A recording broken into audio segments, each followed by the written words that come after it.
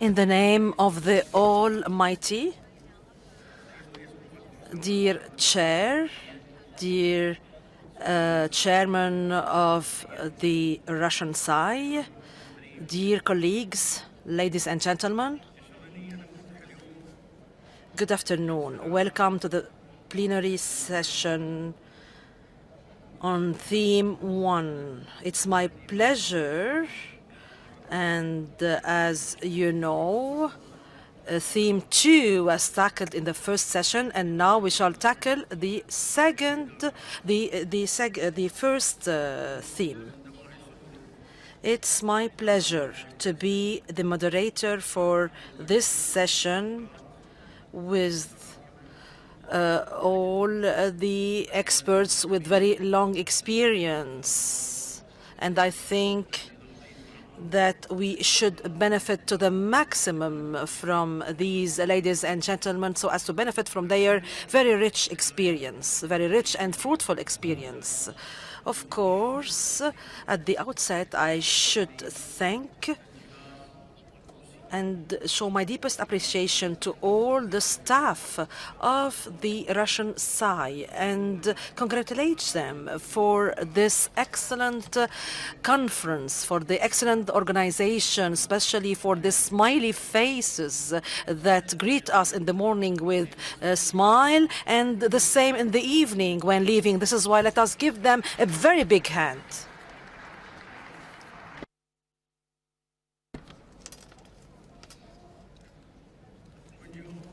On the other hand, of course, I would like to thank and show my deepest appreciation to the Chinese Sai, who is the chair, and the vice chair, i.e. the Canadian Sai. I would like to thank them for all the efforts they made to prepare this paper. As you know, this paper tackles a series or a panoply of concepts, mainly the importance of implementing the data in the public administration and the analysis of this data so as to enhance the role and the efficient role of SAIs.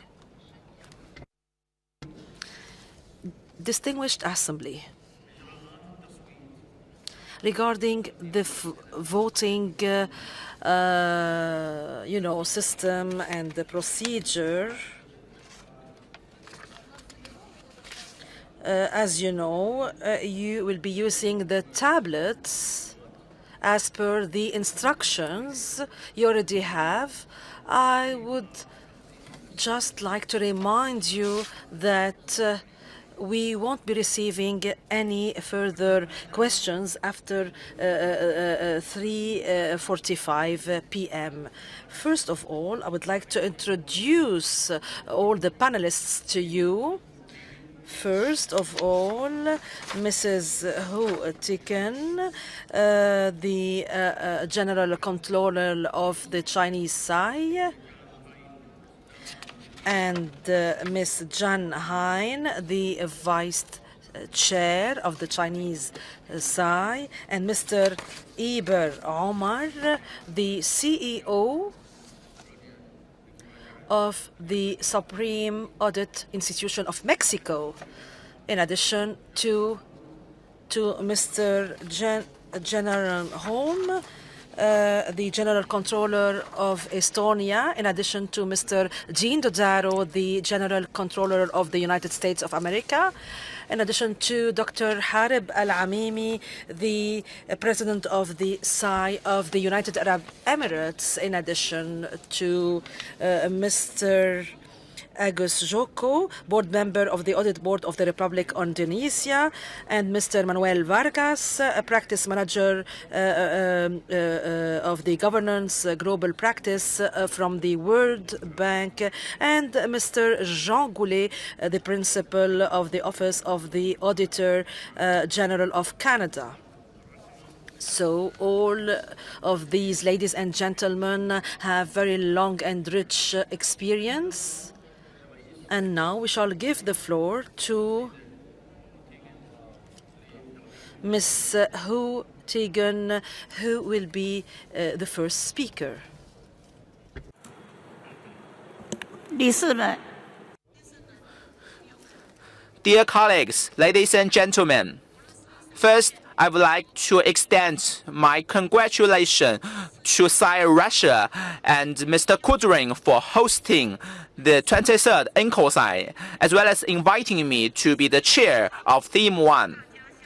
It is my great pleasure to join with you here in Moscow and discuss the development and vision of intosai and member sites over the next 3 years. As the chair of Theme 1, Information Technology for the Development of Public Administration, it is a great honor for me to invite Ms. Adel Asarawi, Acting President of the State Audit Bureau of Kuwait, to be the moderator of this session.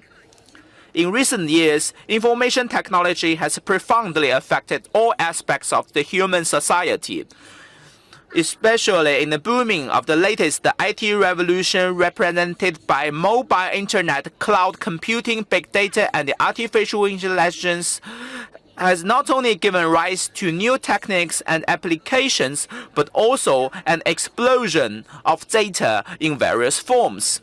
Such data has made it easier to measure the fairness and the efficiency of public decision-making. Thanks to social media and mobile internet, the general public now have better access to decision-making in the public sector and are pushing for the transparency, supervision, and accountability of national governance. In terms of government auditing, sites around the world are confronted with increasingly prominent roles in enhancing accountability, promoting good governance, and tracking and supervising the exercise of national responsibilities concerning sustainable development. Therefore, we are increasingly aware of the importance of big data technologies in improving government audits and facilitating sustainable development strategies all across the world. Based on such understanding, in November 2017, during the 70th meeting of the intosai Governing Board, endorsed the information technology for the development of public administration as the Theme 1 of the 23rd intosai, which was proposed by the Accounts Chamber of Russia Federation. The theme is chaired by National Audit Office of China and the Office of Auditor General of Canada as the co-chair. According to the rules of procedure of the 23rd intosai, CNAO developed the principal paper, discussion paper, conducted the survey, analyzed the results and the questionnaires from 64 member sites of intosai, and drafted this discussion paper. The paper covers 5 subjects. First, the role of information technology in public administration. 2, the data application for the improvement of public administration. 3, the characteristics of big data audit. 4, the role of big data analytics in the fulfillment of science duties. And 5, the challenges faced by big data audit and coping strategies of science. I would like to thank Sci Canada, who, as the co-chair, has done extensive research on Theme 1 and will also speak in today's session. My gratitude also goes to 64 sites participating in the questionnaire survey, which have shared their invaluable experience and suggestions on the application of information technologies in public administration of their respective countries, as well as the status quo and development of big data.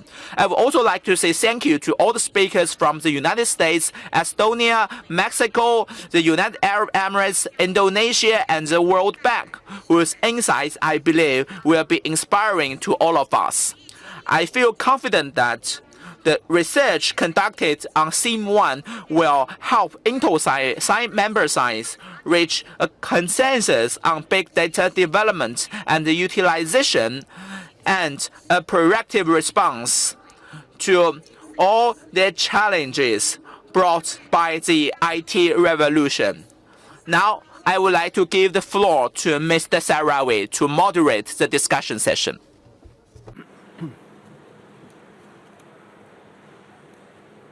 شكرا جزيلا سيدة هوتيغن على هذا. So much, Miss Hu Tegan, and once again I would like to reiterate my thanks to all the sides that participated in the questionnaire, and actually you have of course confirmed the importance of IT and their impact on the life of all people, since we are truly living in the era of the IT revolution and the big data revolution, and of course we need the big data and IT. So thank you once again, Miss Hu Tegan, and now I shall give the floor to main speaker, Mrs.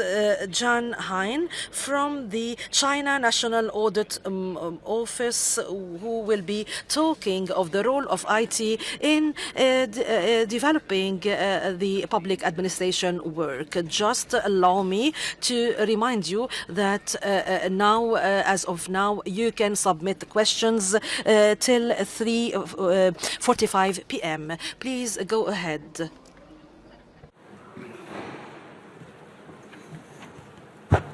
Hello. Ladies and gentlemen, dear colleagues, good afternoon. It's a pleasure meeting every one of you here in Moscow. I'm Zhang Haiyan from China National Audit Office. It's my great honor to stand here and share with you more details about Theme 1 discussion paper. I'm looking forward to more suggestions from all the experts here. And that's the outline of my presentation. Firstly, I'd like to give an overview about our work. During the process of drafting the discussion paper, we have several rounds of consultations with the expert group, regional committee, and the Go committees. And also, we gathered feedback from especially 64 SAIs, which gave us valuable comments, as well as their experience sharing. All of this is the basis of the paper, and according to them, we have revised our paper for several times. We have changed our structure from 2 sub-themes to 5 discussion subjects. Later, as we go on, I will give an introduction about them. And secondly, let's have a quick look about the result of the survey. We choose some questions. In these questions, we are asking what's the relationship between data and the public administration.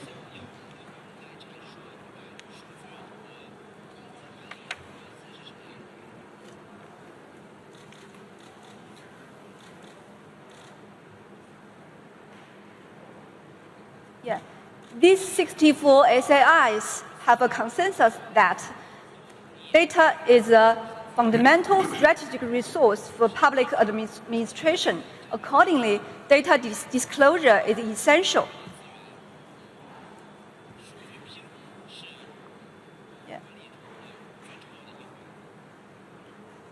And in these questions, we are asking, what's the relationship between data and SAI's performance?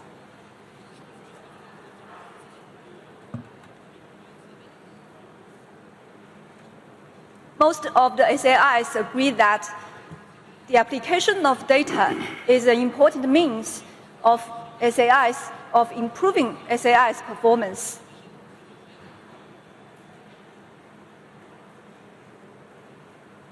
And in these questions, we are asking to what extent each SAI utilizes big data audit.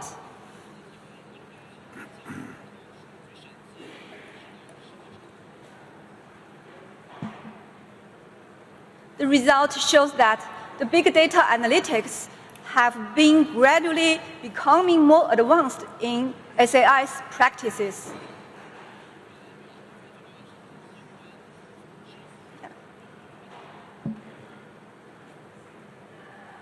Yeah, and also 60 responding SAIs give detailed description about the typical areas and cases in which data facilitates public administration in their countries. And also 28 responding SAIs give detailed description about their big data audit practices. All of this enriched both the scope of the paper and its value. And now, let's move on to the main content of our paper, definition. As we all know, for big data audit, there are well-realized definitions from both academia and the policymakers. And for big data audit, even big data approaches have been used in auditing, but there is still no consensus about big data audit. To make our discussion focus on the issues regarding government auditing, we define the public administration as following: the behavior of government-centered public sector, which integrates various social forces to strengthen the government's governance capabilities, enhance its performance, and improve the quality of public services.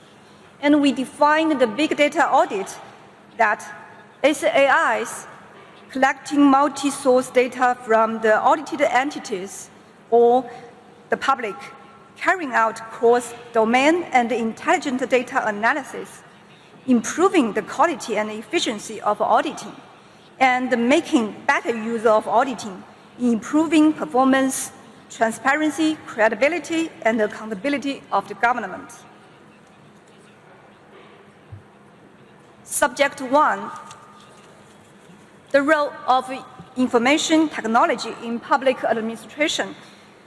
The practices in different countries shared by almost 60 SAIs show that in their countries, most departments have information system team to assist them in their daily work, and some departments even use social media to reach their clients.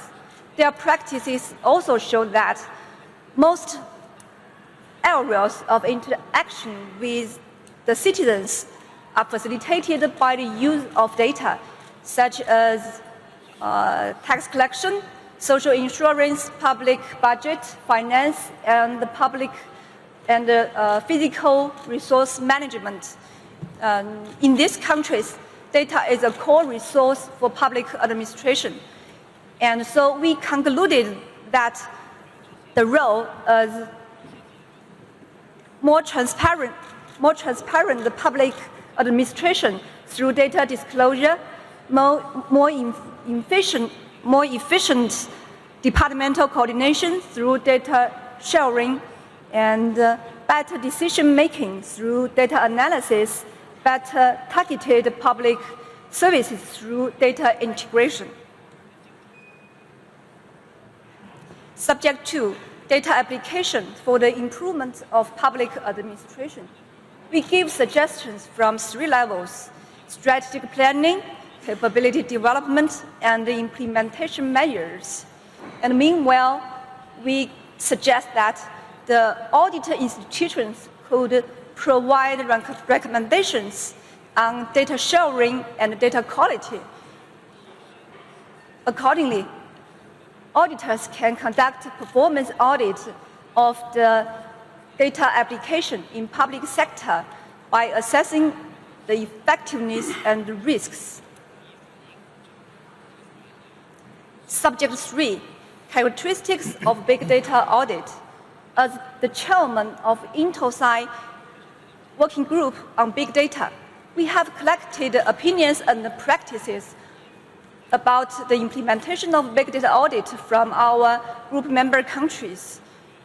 We find out that the big data analytics have been applied in financial auditing, performance auditing, compliance auditing, risk assessment, and other fields.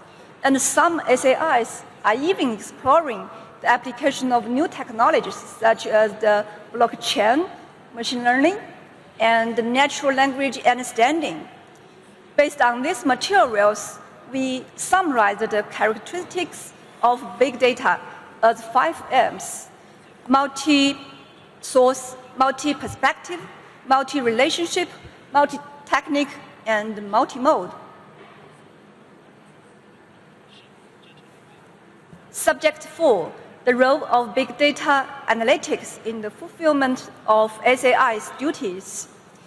On the left of the picture, we choose the practices from some SAIs. Maybe you have seen them in our exhibition booth. And although SAIs are faced with different internal and external environments as well as various levels of data application, big data audit can help SAI evolve from audit sampling to the population, audit parts to the whole, and ex post to the current and ex ante auditing from macro to macro. And the ultimate purpose of big data audit is to promote the good governance and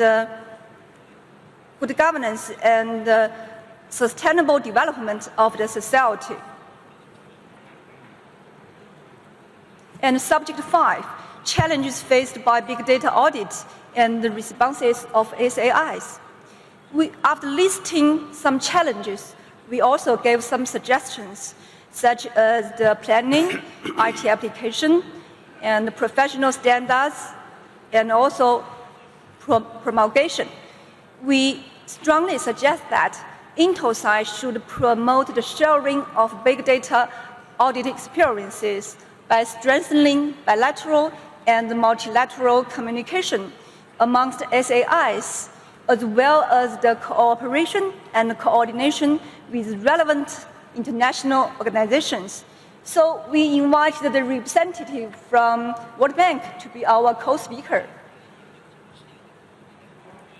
Ladies and gentlemen, again, I'm looking forward to your valuable suggestions and comments about our discussion paper. Thank you.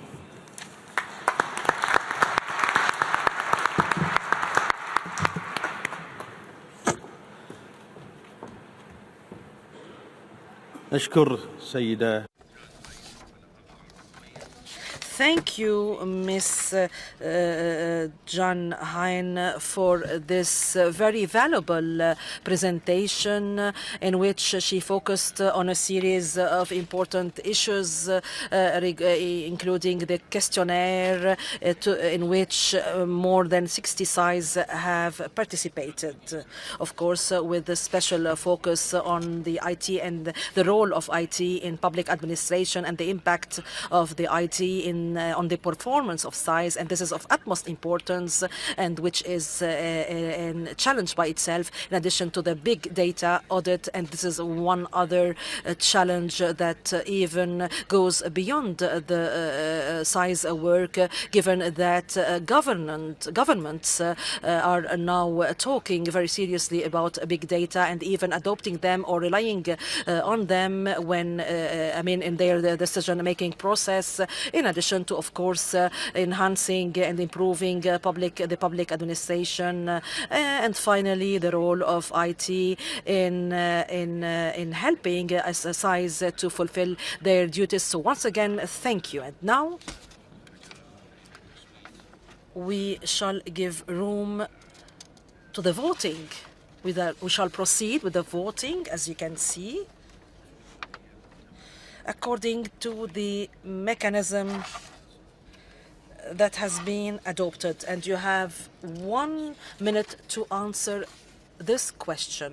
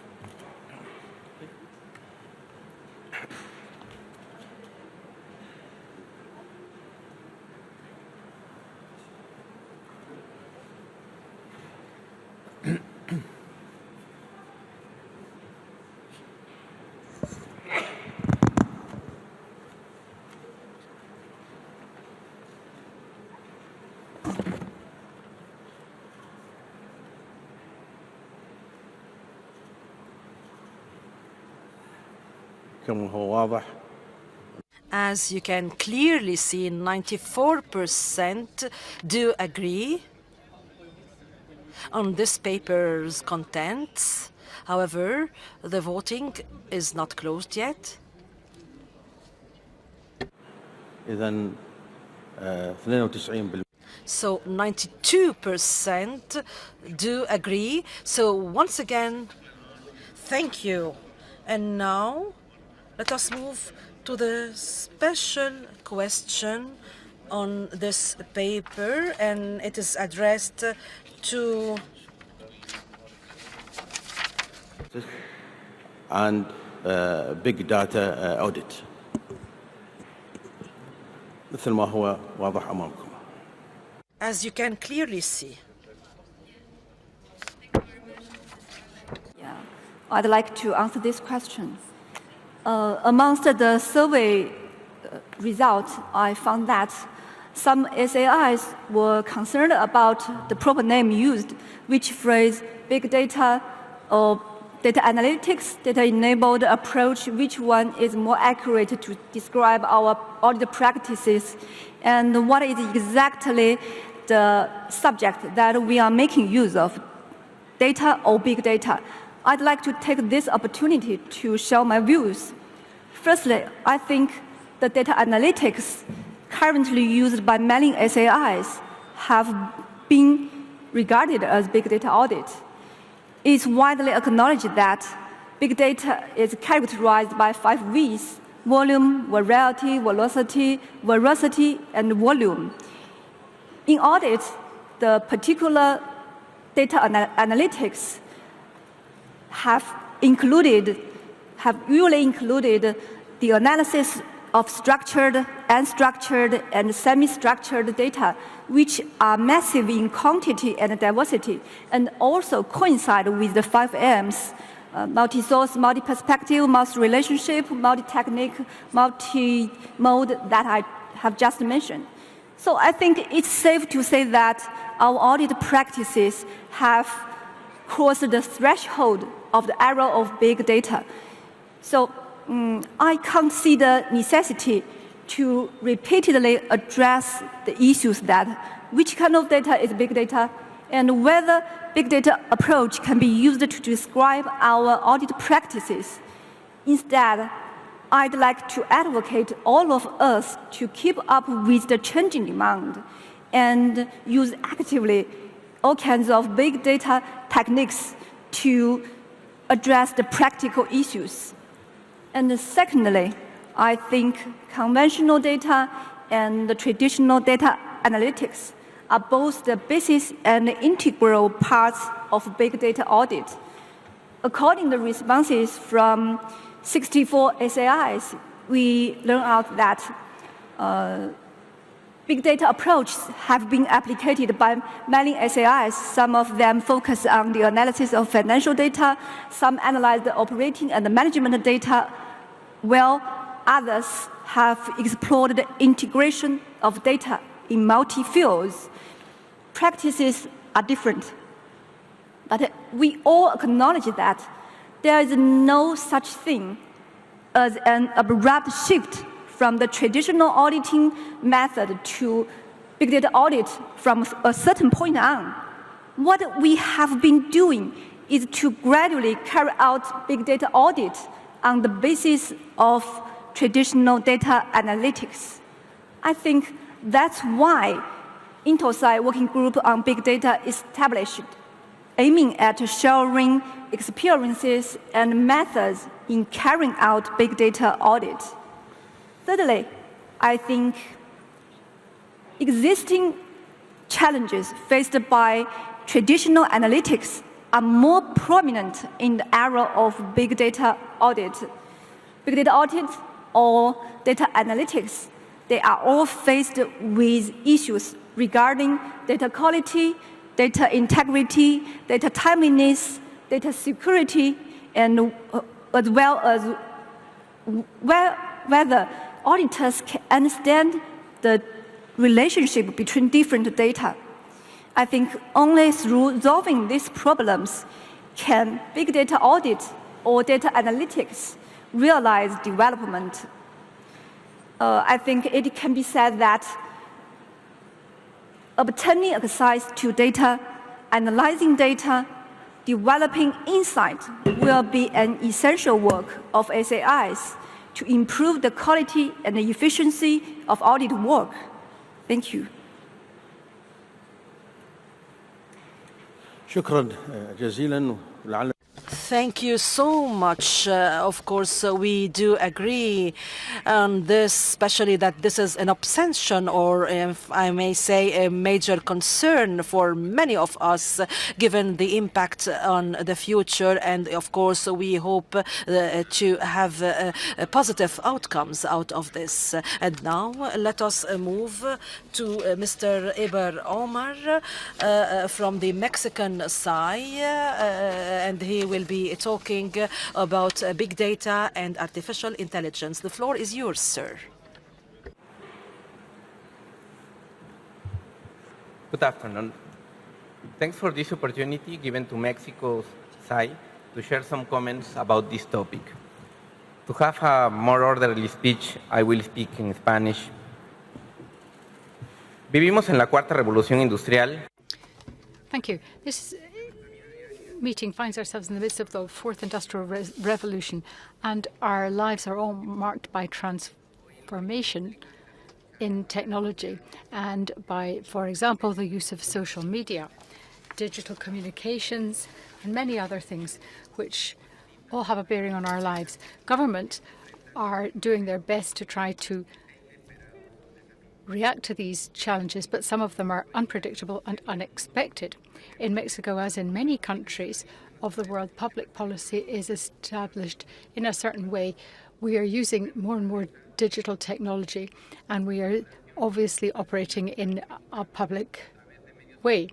We use a lot of electronic media, and we use electronic signatures, for example, for quite a number of procedures, not least in accounting. Artificial intelligence and big data, IT, have given us opportunities to find solutions on a daily basis, which can be very helpful to our population. But at the same time, we find that there are new problems facing us in trying to find a good way of managing the government policies and in guaranteeing accountability. We need to have instruments which will enable us to have accurate and robust accounting and to tackle corruption. And therefore, we have been looking carefully at opportunities offered by new technology to enable us to do this. We seek to be agile and responsive, and we have to process huge amounts of information. So we have a need for tools to enable us to do this, so that we can monitor public expenditure and so that we can look at the expenditure, which is over $200 million a year. So we have to process a lot of information, and the SAI therefore relies on data analysis and big data quite extensively. We look at AI prototypes, and this helps us to inform our decision-making and helps us to ensure that the results of our audits are factored back into future policy making. We have been looking very carefully at how big data can help our federation. And our government offices have worked very closely with a number of other authorities, both at local and at federal level. We have 32 different federal governments. We're looking at tax, we're looking at the Treasury and how it works, and we're looking at how to bring together all these different audits so that we can do it on the basis of a performance management system, and so that we can do procurement and contracting in the best way possible. This includes outsourcing, and it means that we have to look in a comprehensive way at our federal policy and at the policy of all the component governments. We seek to establish a carefully crafted government system so that the fiscal information which is processed can be brought together, giving accurate accounting for all the different companies that form the government policy makers. We have some 5 different authorities that actually account for over half of the income, and we have a federal register of taxpayers and tax revenue, which we regularly review. This represents some 70% of the total amount of money that we cover. This is over some $103 million. And we identify to the best of our ability all irregularities we can. We look carefully at salaries, at payments, at incomes, and we seek to have indexes of how public procurement and outsourcing is carried out so that we can identify any errors. We have prototypes of artificial intelligence systems. We have simulations. We use these in our companies, and we use these to do simulations of government policy and contract awarding too. We use it also in our tax system, and we have digital tax systems so that we can more easily audit the state and also the federal level, so that we can look at the supply side and we can look at the payments, so we can look at the tax warrants, and so that we can check all the payments of suppliers. We have lists of suppliers which we review carefully. We have simulation operations so that we look at all the tax vouchers and the warrants so that the fiscal system can get an overview of what is going on in the tax system, and so that all tax payments can be verified, because we're talking about $1,000 million. These results are all matched with results obtained through other methods, and this cross-matching should enable us to see whether there are operations which are substantial, which have not been flagged up by one system. So this reconciliation system is very important to us, and we seek then to analyze how companies are accounting for the tax which they have to pay and how they are accounting for their inputs and outputs. The federal government in Mexico has ascertained that these sorts of studies are only possible if we use these sorts of methods which artificial intelligence allows us, and if we capitalize on the opportunities offered by big data. This has enabled us to introduce some reforms to the system in Mexico, and we have therefore been able to factor in more information into our reviews by using these digital systems.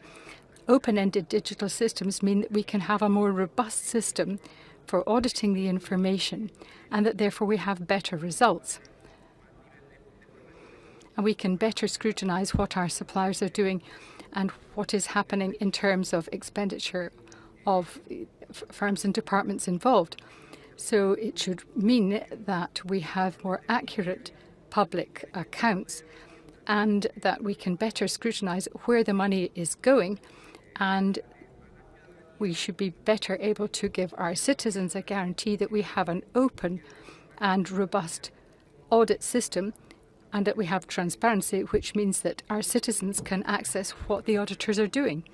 So in conclusion, government work and auditors' work has got a big social role to play, and big data and data analysis and artificial intelligence are all helping us very greatly in this. So the state of Mexico feels that this has been a big improvement to the way in which we were able to work, and we would very much welcome exchanging views with other regions of intosai and other countries who have positive experience in using AI to tackle these global challenges, which I think affect all of us in an increasingly globalized world, and which are very relevant to us going forward. Thank you.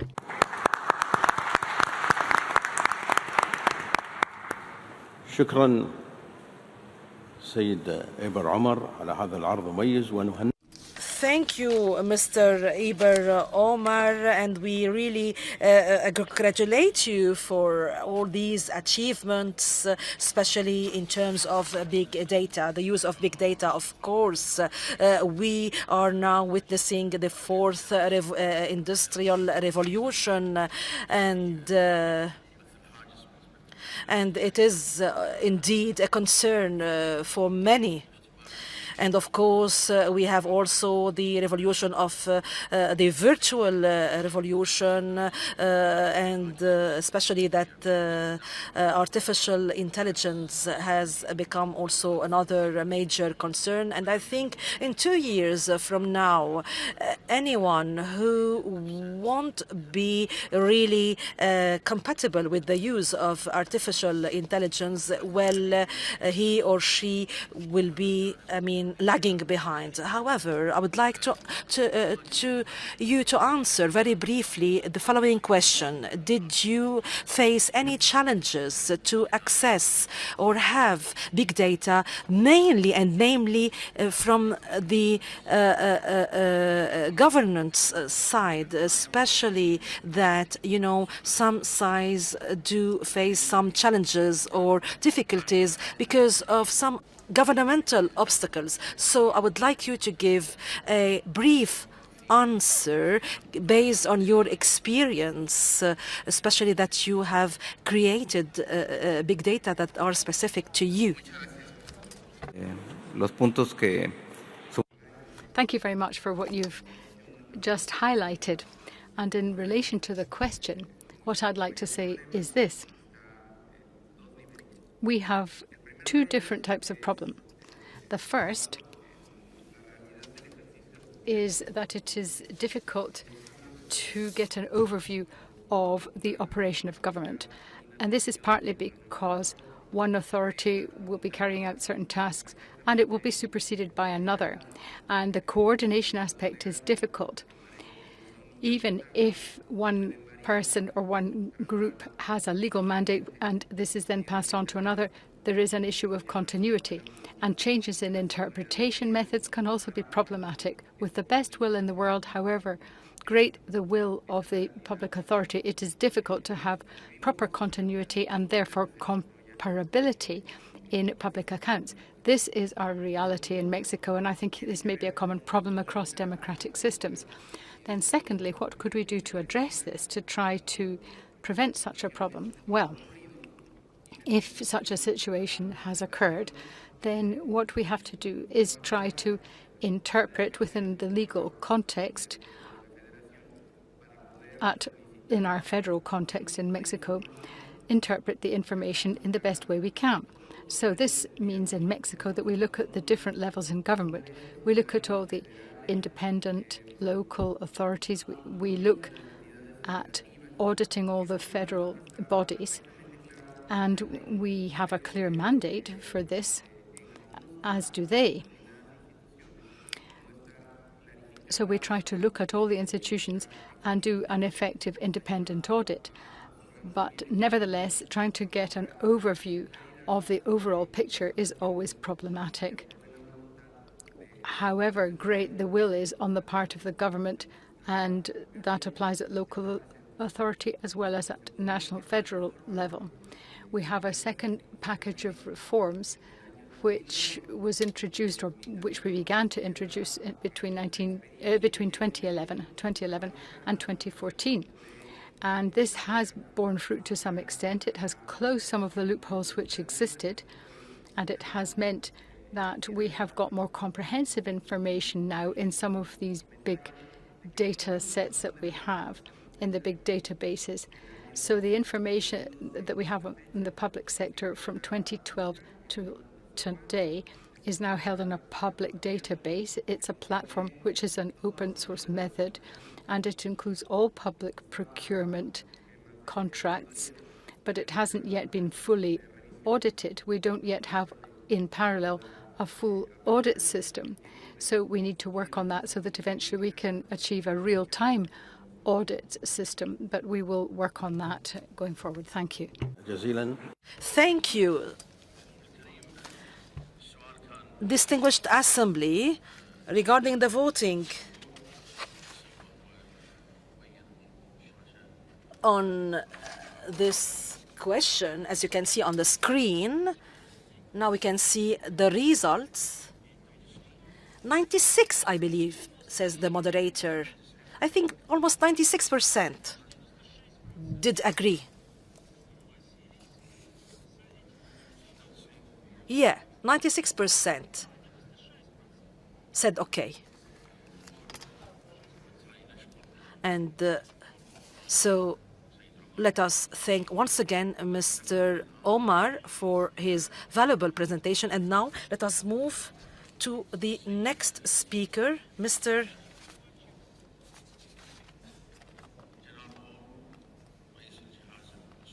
Janar Holm, the Auditor General of Estonia, who will be talking on big data and data analysis. And we are fully aware of the great efforts of the Estonian SAI in this regard, and I personally saw, many of the results and the contents of this highly valuable work. So the floor is yours, sir.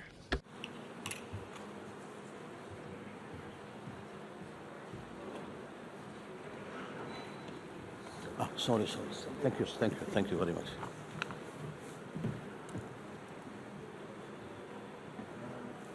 Chair and honorable colleagues, thank you for the opportunity to use my 10 minutes here and to share some thoughts about public administration, big data, and the ways how supreme audit institutions can promote the use of big data.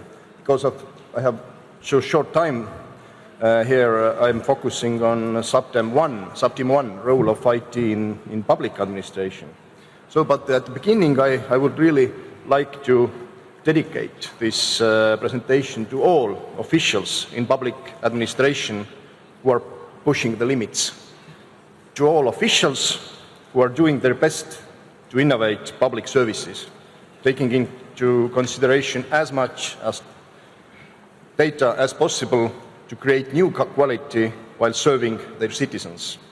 Citizens who have entrusted them with their taxes so that public administration works efficiently for citizens and keeps on developing.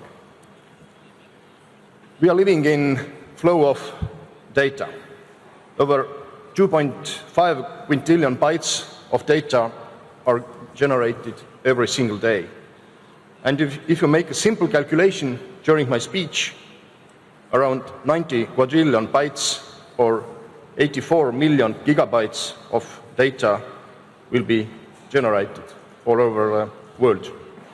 This continuous flow of data in various formats is generally recognized as big data. And as we know, a great benefit is created with this resource. This is no surprise. Data have been declared the oil of the 21st century. Being in the midst of these beneficial resources in such vast amounts, you can easily focus on accumulating these resources and owning them main target. This way, the data become the end in itself, not the means to achieving objectives. New technologies have created unprecedented opportunities for data generation and mining, but also for adding value through data processing and analyzing. As a desirable result for public administration, this means a more effectively functioning and a more efficient state, more active civic participation, better policy making, more open government, better administrative capacity building, better public services, and last but not least, thoughtful use of public money. Every government, I'm sure, understands the opportunities advanced big data analytics offer, but progress towards systematic and efficient data analytics is slow and really bumpy. Why is this the case? What are the main obstacles governments are running up against? The main problem, in my opinion, lies not in information technology, skills, or even funding, but in the mindset and tradition of how public administration usually functions, a lack of shared vision or integrity, if you will. I believe that all of the representatives of supreme audit institutions in this room have confronted the problem of so-called silos in their public administration, a situation where different ministries or public institutions are not able to cooperate effectively enough and everyone operates exclusively in their own area of responsibility. The effectiveness of governance is hindered when public institutions do not cooperate to address the challenges facing the country. In the context of ICT and data administration, this results in data kingdoms within public administration. In data kingdoms, where data is accumulated by public institutions, but there is no thoughtful and systematic exchange of data with other data kingdoms. If there is no automatic data exchange between information systems and the possibility for data integration, then the best solution is not to collect more and more similar data to satisfy separate data kingdoms, but to create an integrated data exchange environment between information systems to allow for more meaningful and operative big data analysis. Estonia was lucky in that around 20 years ago, the development of e-governance was set as the goal of the country's public sector. Institutions were obliged to enhance database structure, create a layer for data exchange, and promote e-services. Today, almost all state services are available online 24 hours a day, 7 days a week.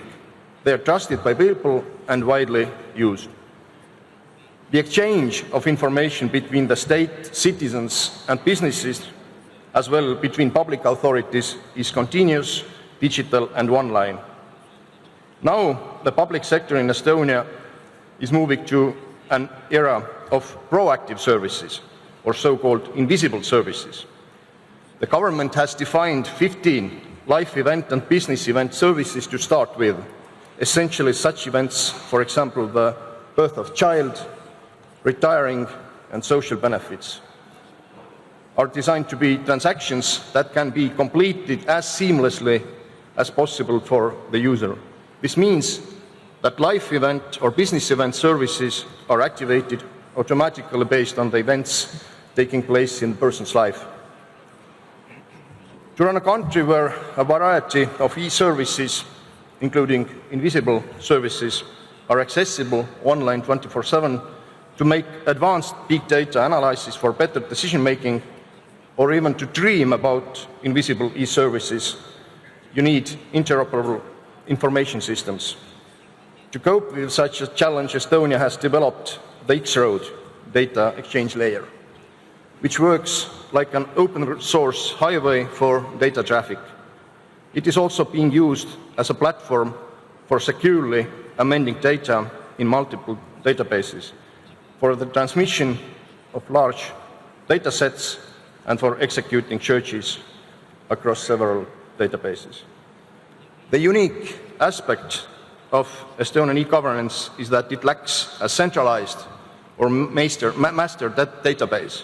All information is held in distributed data systems and can be exchanged instantly upon request. The data kingdoms with fortified walls within public administration are major obstacles to expanding the administrative capacity of the public sector. It can also be wasteful because of duplications starting from system development and ending with a data collection. Drawing attention to these walls is also the role of supreme audit institutions, which should provide recommendations in the relevant audits for the creation of a comprehensive data exchange environment, or creation of bridges between data kingdoms, if you will. In our audits that use big data analysis, we can demonstrate to governments that what can be achieved through integrated data use. I strongly believe that audit institutions are aware to nudge and empower public administration, not let settle into a comfort zone within its own kingdom. New technologies have reached every sphere of public administration, and there is barely a single audit topic that has no relation or potential relation to information technology or advanced data analytics. This provides us with a great opportunity, but also places great responsibility on supreme audit institutions. We should address systematic problems related to data management. In this way, we can help to improve the quality and implementation of national data strategies and capacity development. For example, in this year, our annual report to Estonian Parliament, I will present on 14th of November, will focus on questions how Estonian e-state is functioning and is the e-state still healthy. And we are making several audits this year connected with big data analytics, the use of big data or functioning of e-state. You see some of them on the screen. To sum up, only by being an advocate of meaningful data analysis and pointing out the woes of data kingdoms can we best serve our citizens as supreme audit institutions. And we can demonstrate to governments what can be achieved through integrated big data analysis, making ourselves big data audits. Thank you.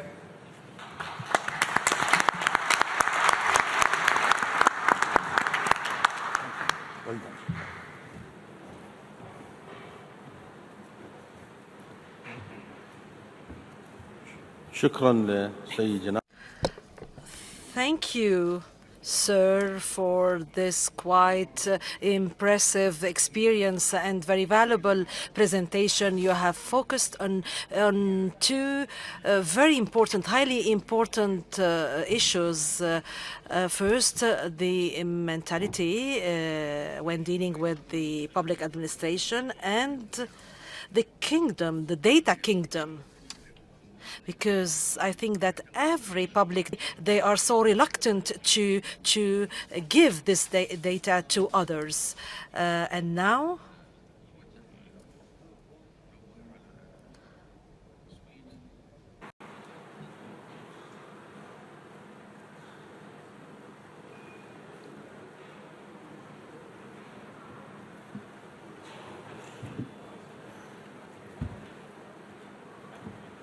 سؤال مختصر ومباشر. another direct, brief, and perhaps embarrassing question regarding size. However, we need such a transparency to give such answers.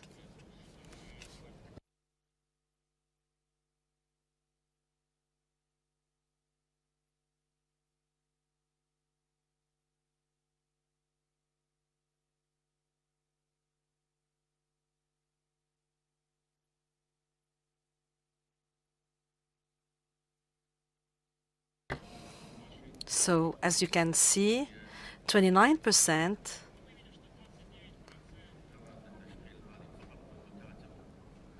well said that it's only in office work, and 52% confirmed that it's being used in most of public administrations, and around 19% said that e-government has been totally established and applied.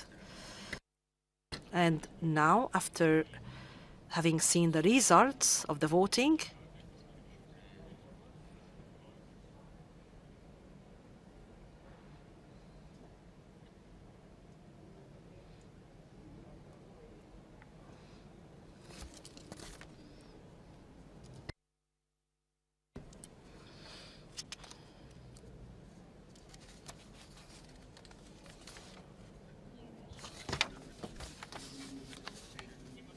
ideal data analytics team from the practice of your side. هذا مو مبين. Yes, thank you. Actually, I can imagine how the ideal data analytics team could look like. I have to be honest that we haven't reached to that situation, and we had the opportunity to use the ideal data analytics team, but usually it means that if you are making audits and using big data analytics, this means that this is a really complex audit, and this means that the team needs people with different skills. Of course, analytical skills, technical skills, but also understanding of different fields. Because there was question before, what is the difference between data analytics and big data analytics? I will refer to Chris Neame, who said in New York that he said that Sustainable Development Goals audit is the same thing as performance audit, but totally different. The same is with big data, I think, and data analytics. The big data analytics is the same thing as data analytics, but totally different. And this means that it usually focuses on very complex issues. For example, focuses on sustainable development goals. And this means that in the team must be really different people for different fields and with different skills. شكرا. Thank you, sir. The chair of the Estonian SAI. And before moving to the next speaker, I would like to ask the Chinese SAI, because something drew my attention, something that was said by Mr. Chunar regarding the mentality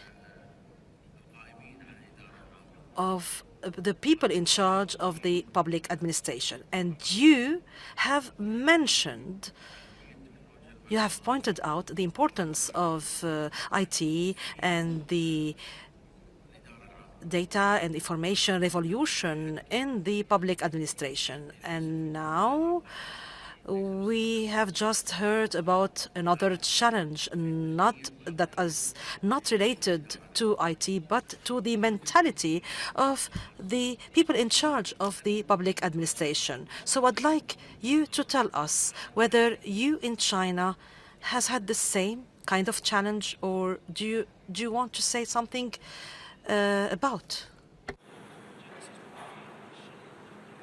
这个问题很好。 It is a very good question. And I would like to reply like this. Exactly, in the public administration, many of the public administrative departments usually have this kind of a mentality as a data kingdom, and they would like to be the solely responsible of the data that is accumulated in their area. But in big data auditing, we would like to use the big data analysis to spot the problems that can be shown during this kind of situations. For example, I would like to raise that in the renovation of dilapidated houses, we will compare different data, not only from the departments of construction and housing, but we will also compare the data. For example, the data of how the houses are built and whether the houses are occupied by comparing the data of the consumption of electricity and the use of land. In that case, we can spot the efficiency of the renovation of dilapidated houses mastered by the Department of Housing and Establishment using a kind of big data comparison.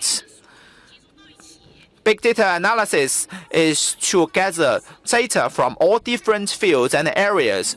For one part, we can use open data, and for another, we can collect data from audited entities in accordance with the law.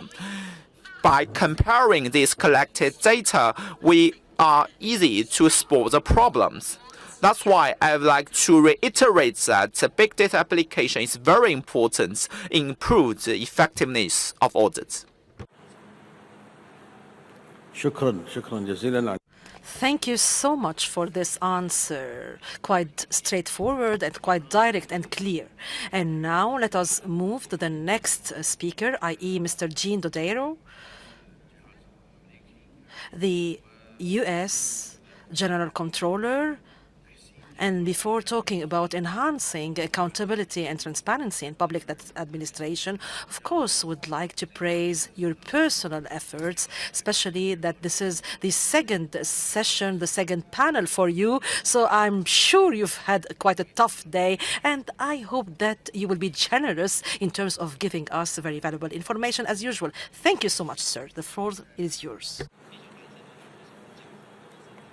Thank you very much. Good afternoon, everyone. Appreciate the opportunity to speak about the United States Government Accountability's Office work related to this very important and ubiquitous theme. I again would first like to thank Chairman Kudrin and the Accounts Chamber of the Russian Federation for hosting this wonderful intosai and a great program, and wish him success in his role as chairman of intosai for the next 3 years. I'd also like to thank Auditor General Ms. Hu of China's National Audit Office and Interim Auditor General Recarf of the Office of the Auditor General of Canada for their leadership of this Theme 1 paper. My remarks today draw upon GAO's work and transcend many of the themes of the draft Moscow Declaration, with an emphasis on the concept of responding effectively to changes brought about by technological advancement and enhancing size impact. Within this context, I want to underscore 3 key themes, the first of which is the role of IT in increasing transparency and accountability of government. And enhancing transparency and accountability is central to our work at the GAO, consistent with our mandate and the subject of 2 international standards of the Supreme Audit Institutions, ISI 20 and ISI 21, that address the principles of transparency and accountability. In the IT realm, much of our work on transparency relates to a 2014 law known as the Digital Accountability and Transparency Act, or Data Act. This act required establishment of data standards to enable the tracking and accessibility of government spending and offers great potential to enhance transparency. Now, I encouraged our Congress to pass this law for 2 main reasons. One, it allows the public to access all of government spending at a very detailed level. And in the United States, we have a budget of over $4 trillion. So it enables the public to access this in machine-readable, downloadable form, which the data can then be analyzed, manipulated, and it will also allow for commercial applications of government data. And it will enable more people to analyze and scrutinize the public spending. Secondly, though, I did it for somewhat selfish reasons because it puts more burden on the executive departments and agencies to produce accurate information. It requires auditors of each individual department and agency to audit the completeness and accuracy of the information. Because a lot of data, what we found on government websites, looks good, and it's pretty, but it's not accurate or complete. And indeed, so far, our evaluation of the implementation of the Data Act show that the transparency and usefulness of reported data is somewhat limited and is not properly caveated on the government sites to caution the users of the information about the limitations of the information. But we're dedicated to making this law be implemented successfully and well, because if we can do this, the public will benefit by more accurate data, the private sector will be able to use government data more efficiently and effectively, and also importantly, government auditors, including the GAO, will be able to start our work from a more solid analytical foundation than what we've had before. We spent a lot of time analyzing the reliability of the data before we can use it for audit purposes. So the extent to which we can get more systematically better data across our government, it will benefit us greatly. GAO is also focused on open government data, which is information produced by government that anyone can freely use, modify, and share. Providing transparent, publicly available data can promote public trust in government by giving citizens information about government activities and results. This goes beyond just spending in terms of what the results of that spending are and other government functions and activities.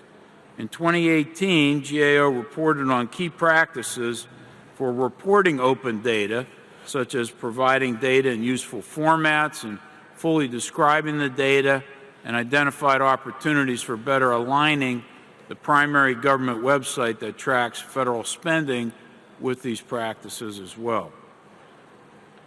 As our governments increase their transparency, SAIs can benefit from anticipating and addressing the implications also for privacy and civil liberties.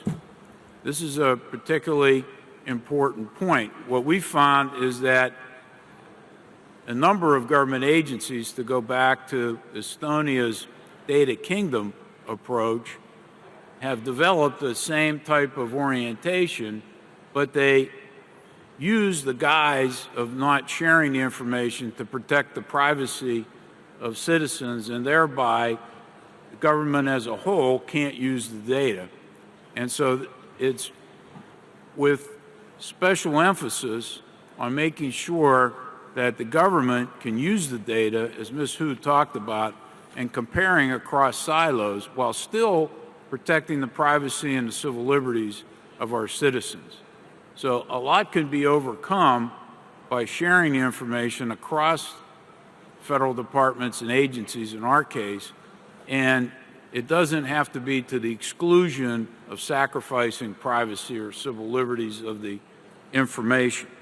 So to assist in assessing these and other issues, I've established a Center for Strategic Foresight last year to engage experts in various disciplines to help us anticipate the implication of emerging issues on our work. I mentioned this center this morning, but our first meeting this year, we focused on the future of privacy and identity.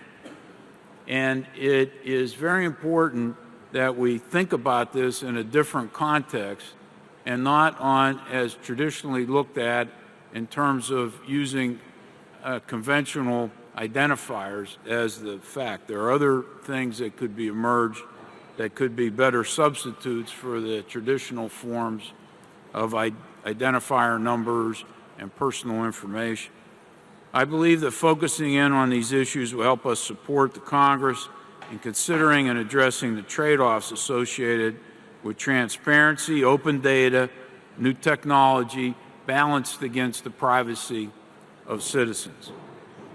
The second theme I'll discuss is the role of information technology in making government more efficient and effective.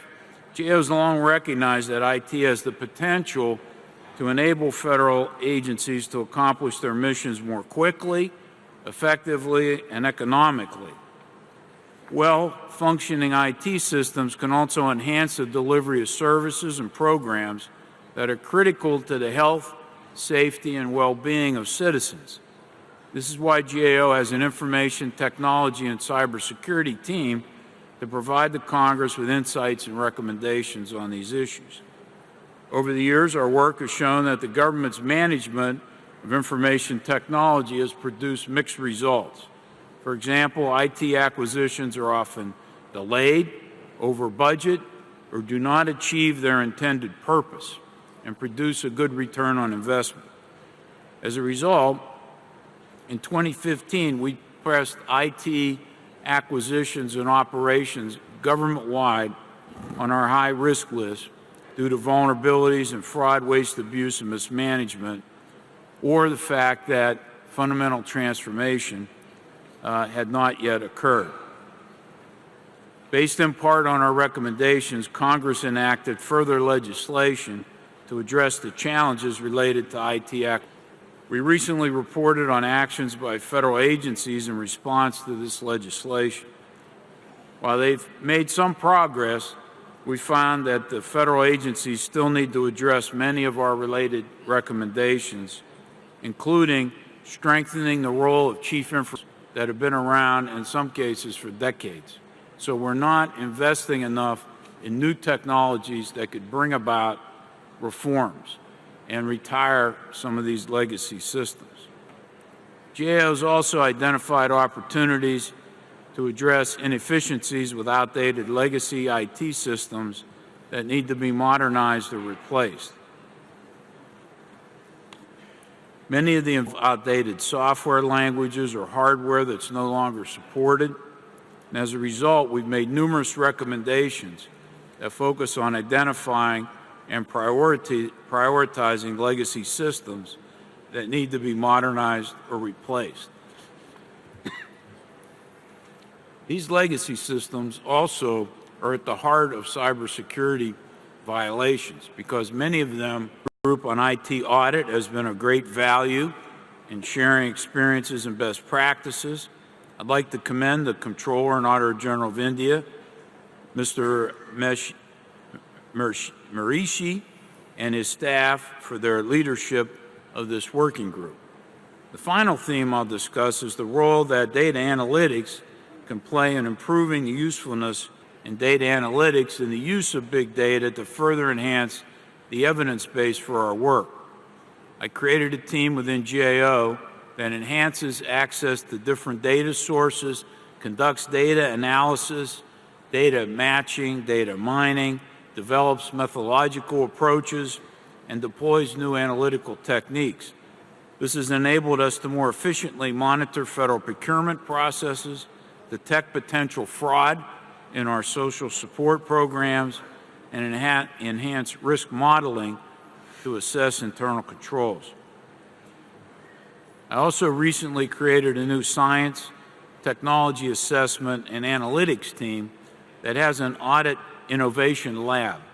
This lab will explore new advanced analytics and discover and visualize patterns in data sets and focus on emerging technologies such as blockchain, artificial intelligence, and machine learning.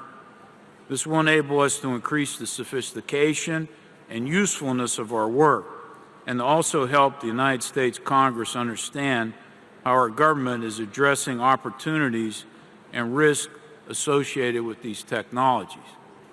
What I don't think we've done to date that I would like to do is to leverage our unique access to vast amounts of government data combined with using private sector data to detect trends and patterns, and even the use of social media data to detect potential fraud.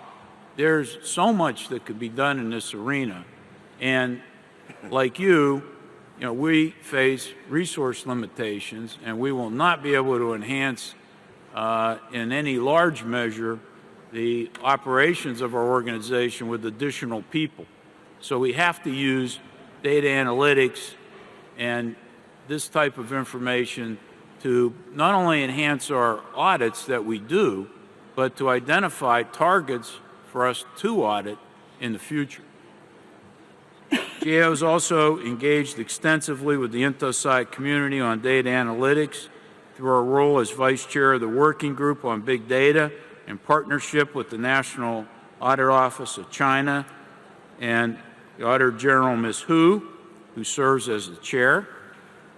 Since its establishment at the last intosai, the working group has grown to 28 members and has made substantial contributions to the intosai community, as you've heard today, by promoting best practices, sharing experiences, developing guidelines, and supporting the professional development of big data auditors.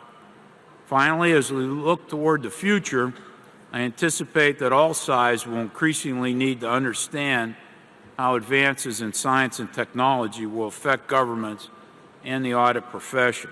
This is why I've been fortunate to collaborate with our former chairman, Dr. Al-Amimi of the United Arab Emirates, who over the past year to establish the new working group on the impact of science and technology on auditing. This working group is an outgrowth of work we've done to support Chairman Al-Amimi on the Supervisory Committee on Emerging Issues.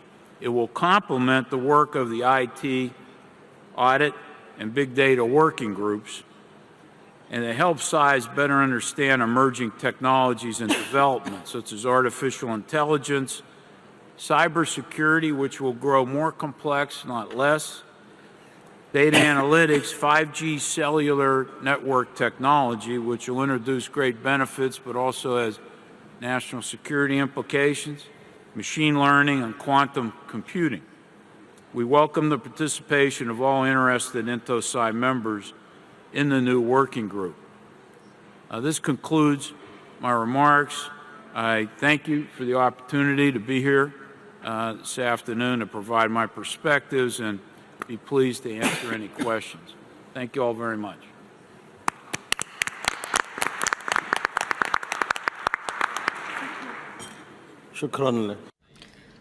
Thank you, Mr. Dodaro, for this valuable presentation in which you focused on two issues of utmost importance, the role of IT in enhancing transparency and improving the quality of services, in addition to the role of IT in terms of enhancing the efficiency of public administration's performance. And of course, it is all about how to use IT and how to let IT be our weapon for the future. And now the voting is open and you have 1 minute as usual.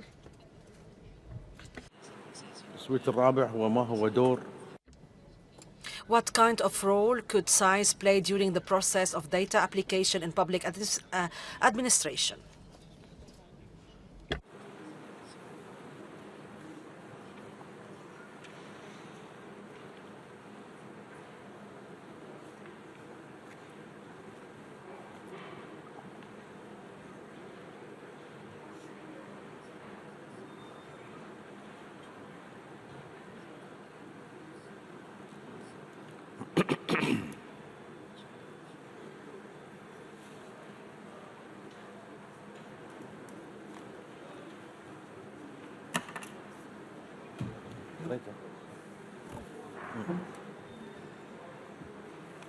عندي بعد هذا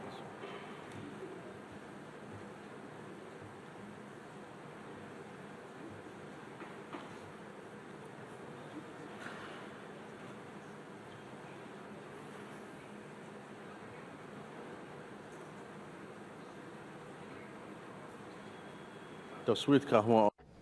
So now we can see the results. Around 31% to make recommendations regarding the quality of and exchange of data, 56% to review the efficiency of using data in public administration by assessing risks and efficiency, and only 1%. Sorry, says the speaker. 12% to commit to open data, and further to, and finally, 1% none of the above. And now, of course, thank you once again, Mr. Dodaro. And now let us move to the next speaker, Dr. Al-Amimi, the chair of the SAI of the United Arab Emirates, and he will be talking of the progress of the United Arab Emirates SAI's work. And of course, I seize the opportunity to thank him once again for all the efforts and the great work that has been done during his chairmanship, and of course, and the excellence of the UAE SAI work. Thank you. Please go ahead. It is my pleasure to have the opportunity to talk to you in this session. I would like to take this opportunity to repeat my thanks and gratitude to my friend and colleague, Mr. Kudrin, for this exceptional arrangement for this 23rd intosai.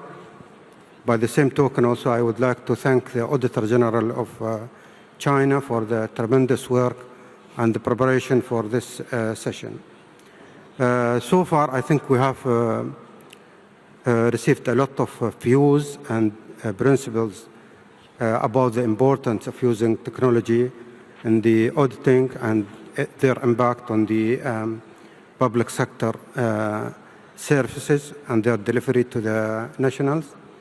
I would like just to shift the thing from the theoretical perspective and look on the real case that my office would like just to introduce in this session, and see how we've been able just to employ the technology in doing our job. I would like to invite my colleague, Senior Auditor Abdullah Shehi, to present the contribution of the SAI of UAE. Please.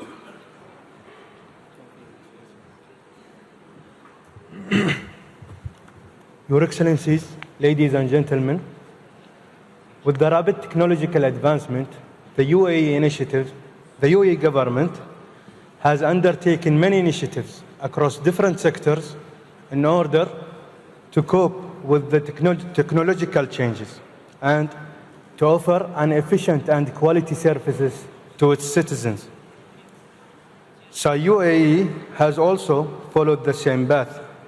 So, in this presentation, I would like to take you through our journey, which will be a good example to reflect on today's Theme 1 topic. Can I have the clicker?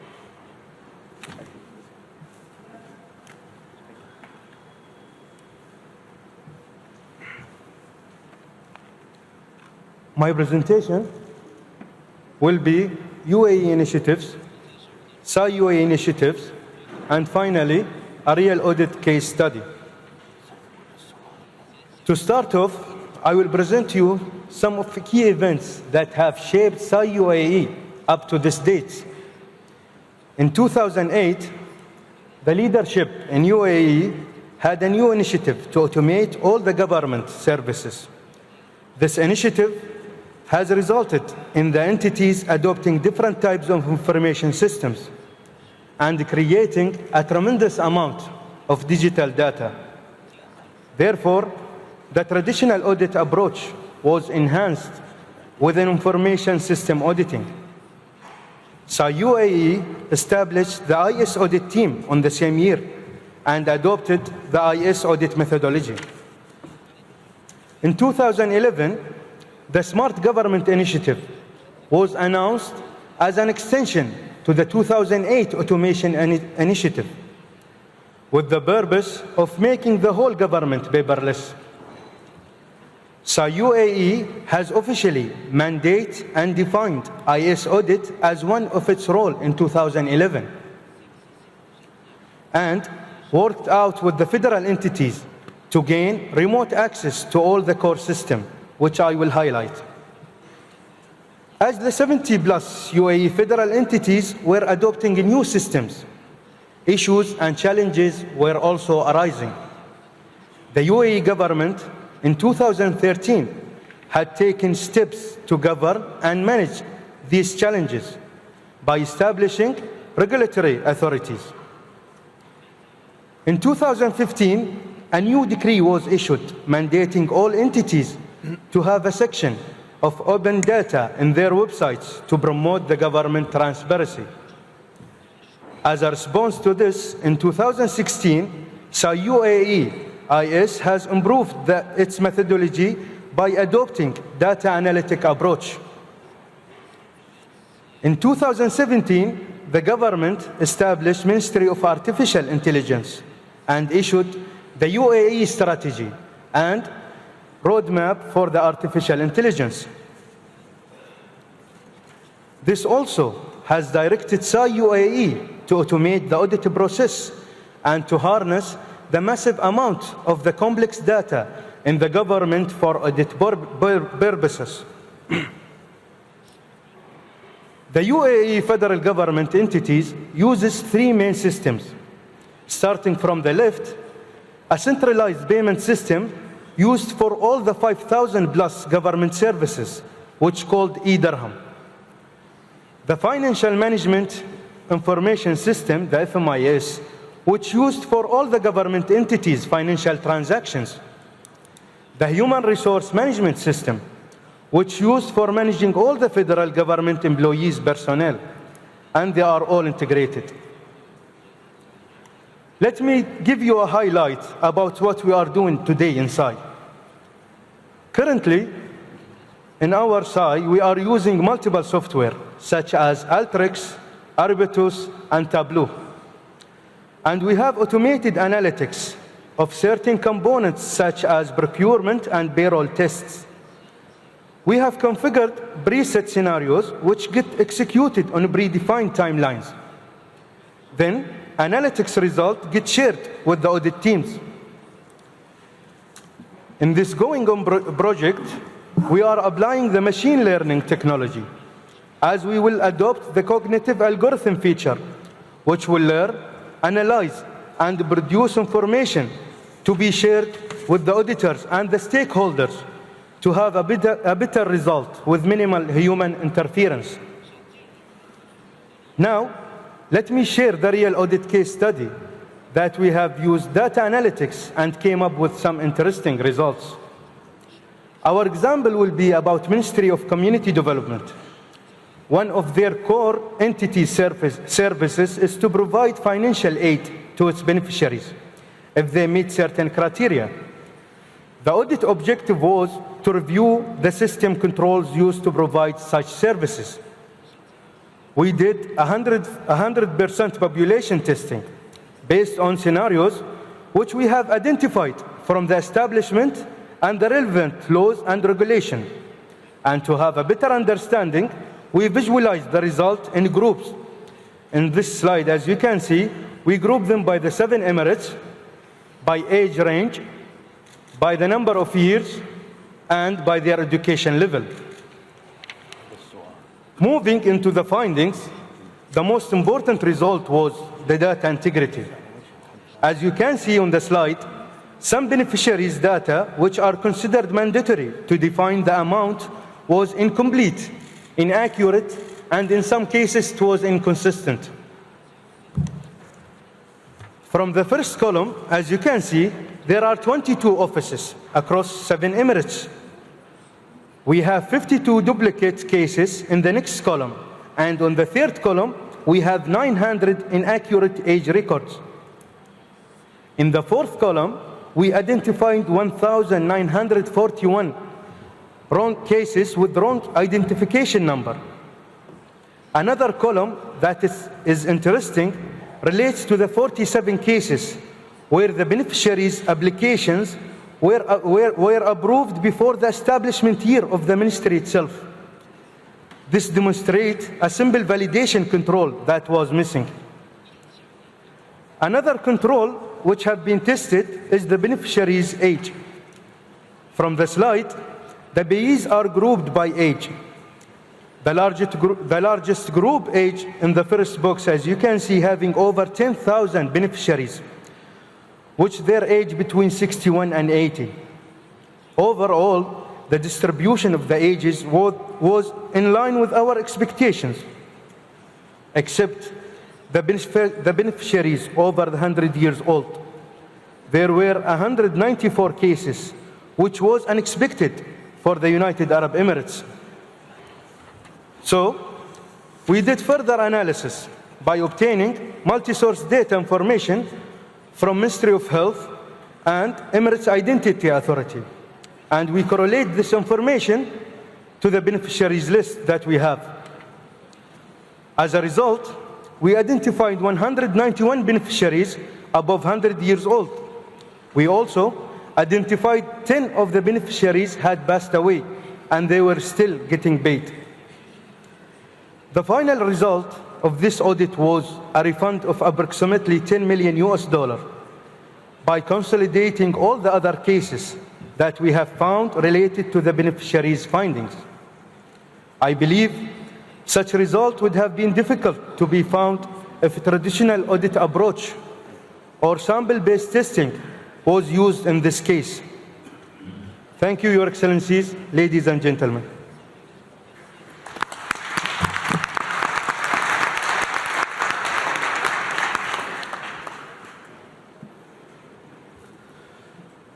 شكرا جزيلا على هذا العرض. Thank you so much for this experience, this presentation. I would like to congratulate our brothers in the UAE for such significant achievements, knowing that UAE is giving high importance and according high importance and priority to artificial intelligence. And of course, we wish them all the best of luck. And now let us vote.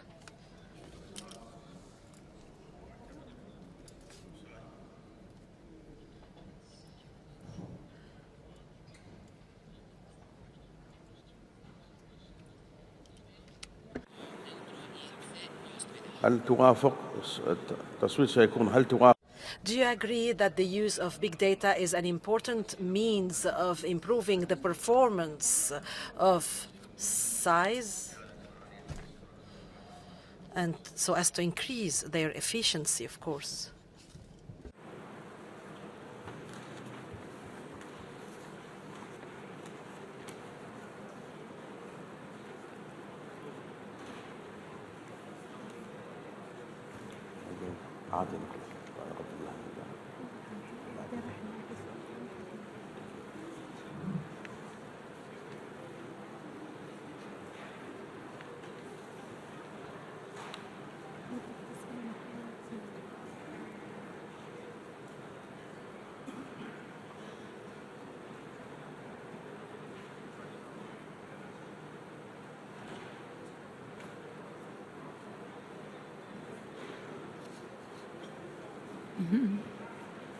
كما هو واضح.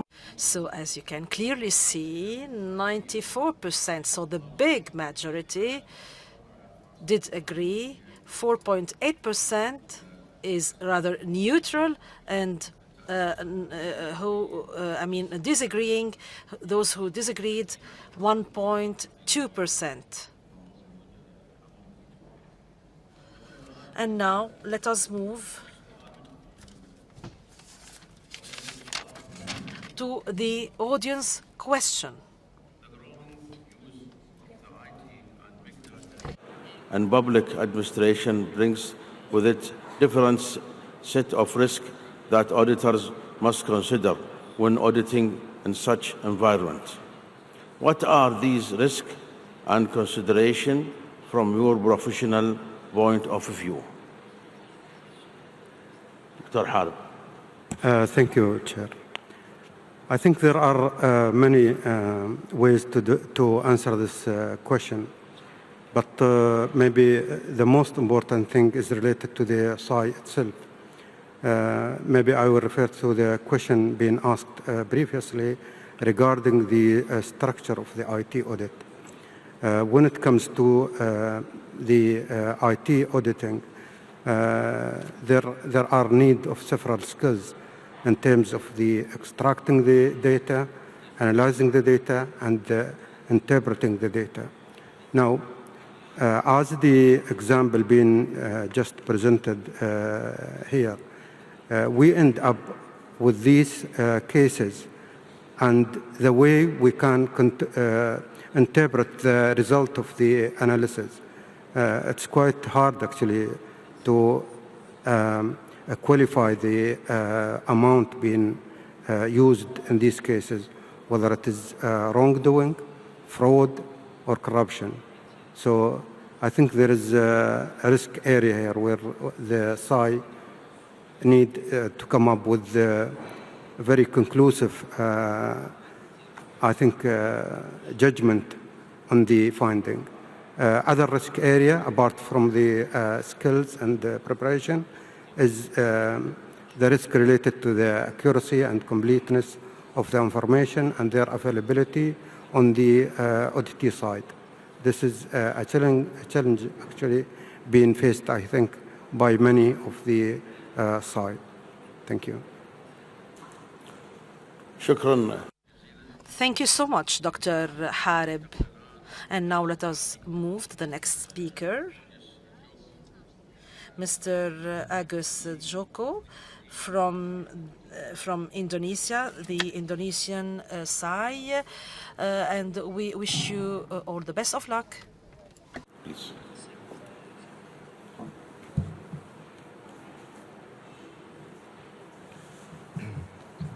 Thank you, Mr. Chair.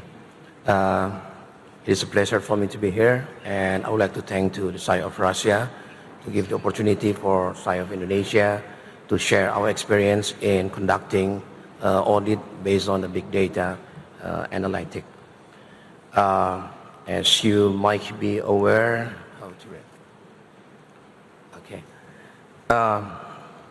the development of technology has completely affected how governments run public administrations and gave rise to what we call electronic government. Now with the trend of Industry 4.0 era, where automation and data exchange are extensively developing. Our countries are now moving to the next level of IT platform, such as Internet of Things and also cloud computing, big data, blockchains, and some part of the countries have even used ICT to collaborate between governments to its stakeholders under a smart city. And with this transformation, SAI must take benefit of this moment to strengthen transparency and accountability by using and developing ICT to conduct the audit. ICT in Indonesia in 2018, the government of Indonesia released a national e-government development policy. It consists of two main frameworks. It is governance framework and also management framework. The governance frameworks comprise of 7 domains about e-governments, which are budgeting, business process, data and information, infrastructure, applications, security, and also services, while the management framework comprises of 9 management domains. It is risk management, information security, data management, assets, IT assets management, service management, knowledge management, change management, human resource management, and also IT audit. E-government addresses improvement in relationship between government to its stakeholders. This relationship represented by the following types. It is governments to the citizen, governments to business, governments to governments, intergovernment agency, and also government to employee. I will focus on G2G relationship. In the G2G relationship, there are various types of applications that streamline and improve government operations. The most common application that we are used are e-budgeting, e-finance, e-monitoring, and also e-audit, which are integrated into Integrated Financial Management Information System, or FMIS. E-audit is a G2G application that was introduced by Indonesian SAI using the financial electronic data from the FMIS. The next slides show that the connectivity of government financial information system. Under FMIS, it's owned by and controlled by the Ministry of Finance as the government representative of publishing central government financial report. SAI of Indonesia has the right to gain access to all data in the FMIS, although there may be rules to access some data due to secrecy and issues. Up to now, we have collected millions of records from the government, such as financial transactions, assets, and also procurement package. These are high-quality data. SAI of Indonesia has conducted the performance audit on civil registrations administration to ensure the uniqueness of citizen identifications and a compliance audit on e-catalog system to assess the validity of a government's price of product. These two audits were conducted using the data analytic approach, in which the traditional computer-assisted audit techniques were not relevant. Also, this audit noticed the era of big data analytic practices in our SAI. We need almost 10 years.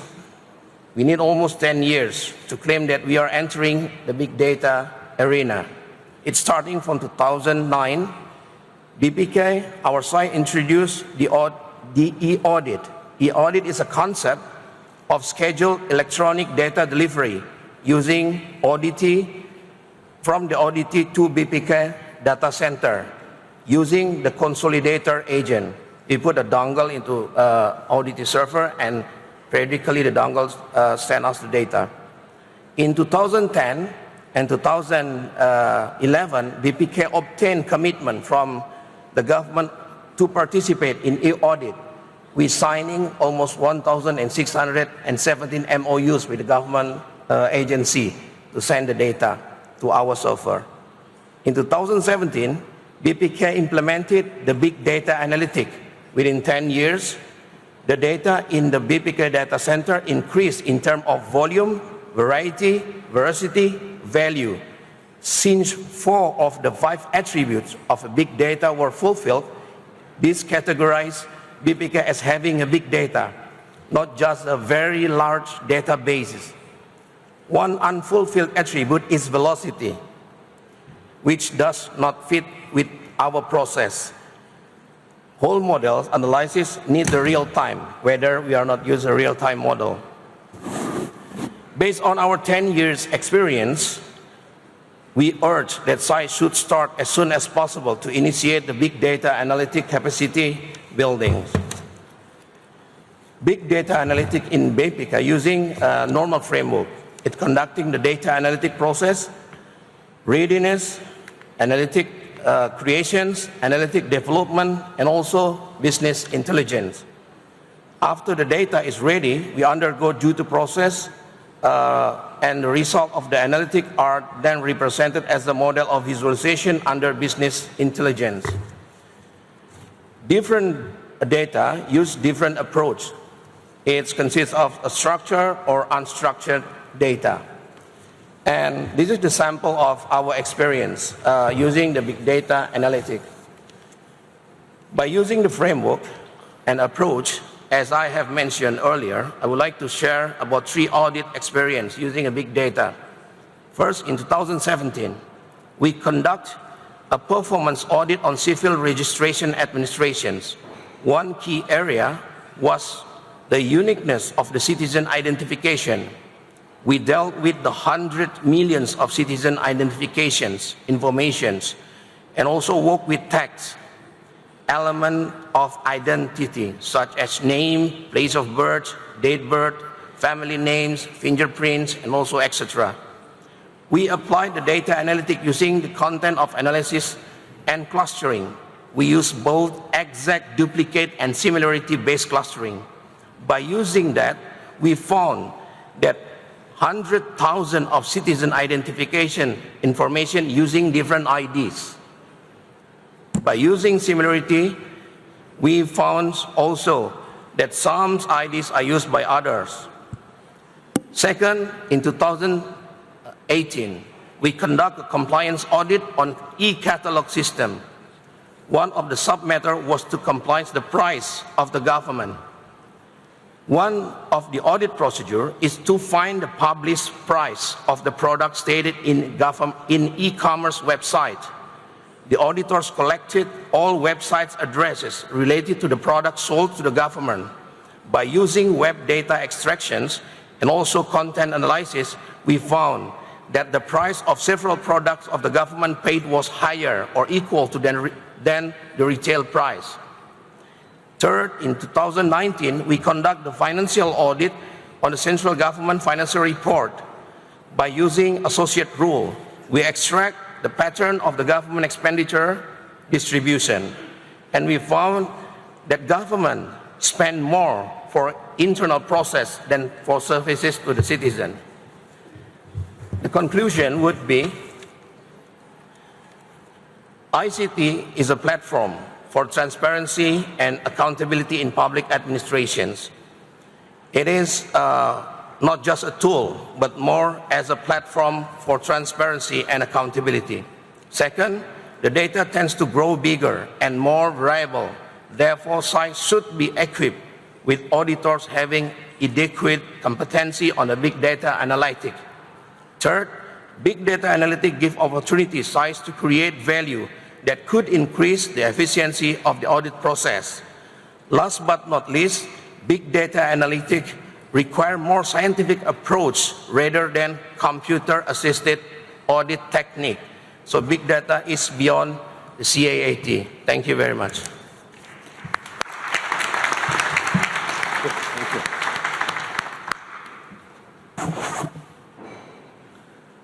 شكرا سيد. Thank you, Mr. Joko, for this quite important presentation in which you have tackled a series of issues with special focus on IT audit or financial audit with, of course, a special note to the efficiency of auditors in terms of auditing data, And I would like to thank you for your transparency when giving the practical examples of your real work. And through such a transparent presentation, we are really able to share our own experience. And now it's time to vote.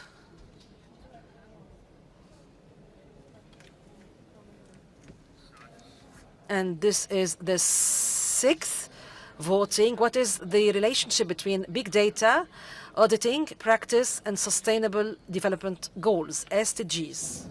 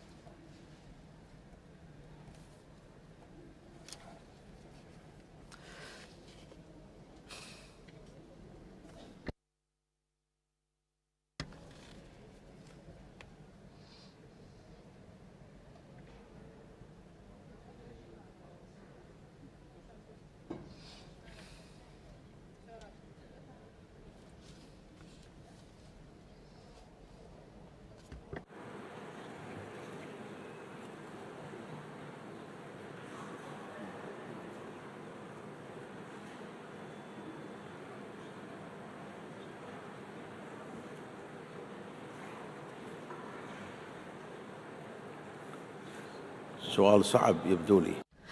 It seems that it has been quite a difficult question, hence the delay in the answers.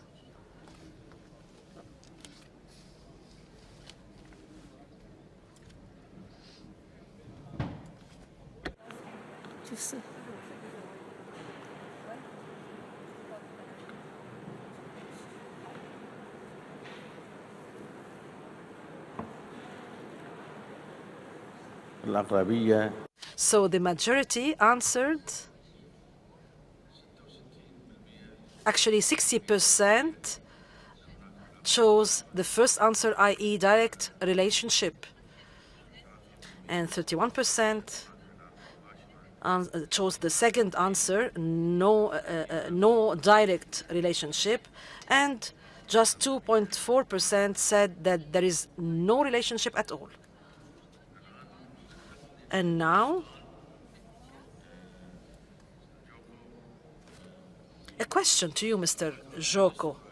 That government should take an order to ensure data quality.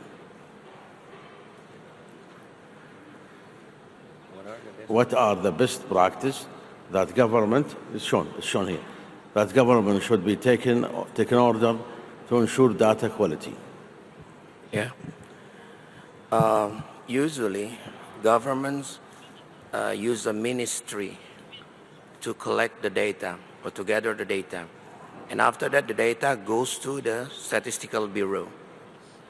And we have audited the Statistical Bureau process when they are collecting the data. One of the weakness of the Statistical Bureau is that Statistical Bureau doesn't have the authority to do the triangulation of the data. So the data quality remains low if the source of the data not high.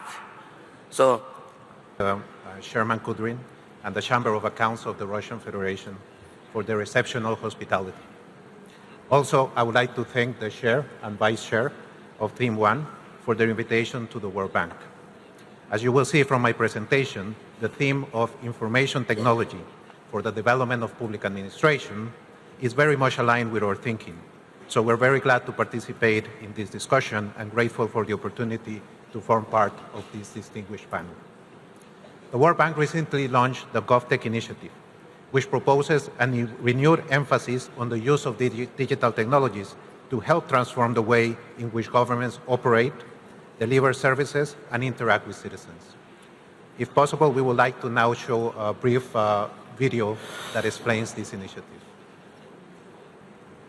Effective governments are at the heart of reducing poverty and boosting shared prosperity. And effectiveness in delivering essential services to improve people's lives is what the new GovTech Global Partnership is all about. GovTech puts people first and brings governments into the 21st century by strengthening institutions and capacities that improve government's performance while fighting corruption. GovTech is a whole-of-government approach to digitalization that promotes simple, accessible, and efficient government. It aims to promote the use of technology to transform the public sector and improve service delivery to citizens and businesses.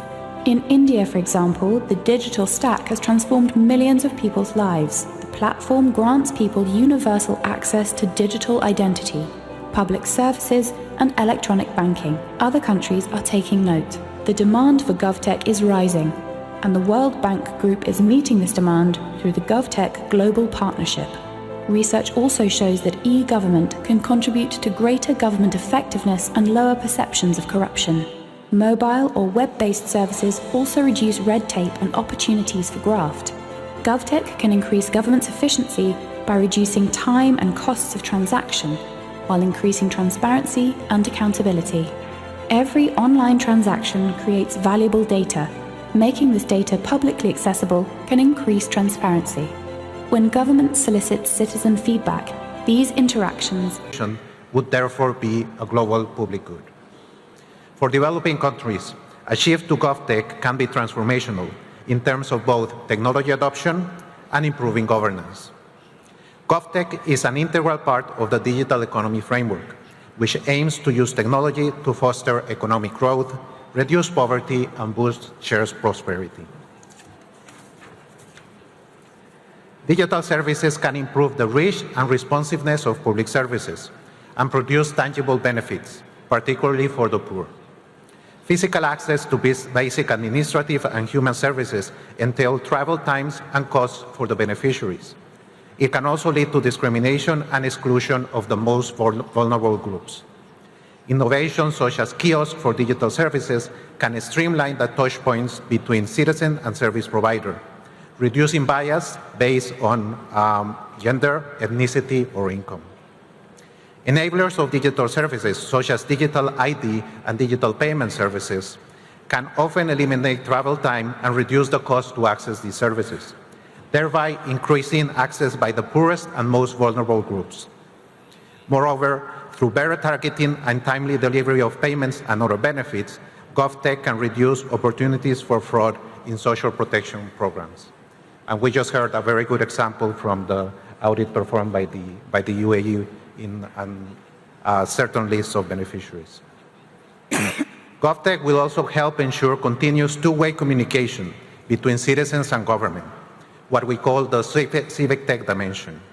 Increasingly, technology is enhancing the voice of citizens across all aspects of society, with potential impacts on improved access to and quality of services, social inclusion, increased transparency, and achievement of long-term economic development.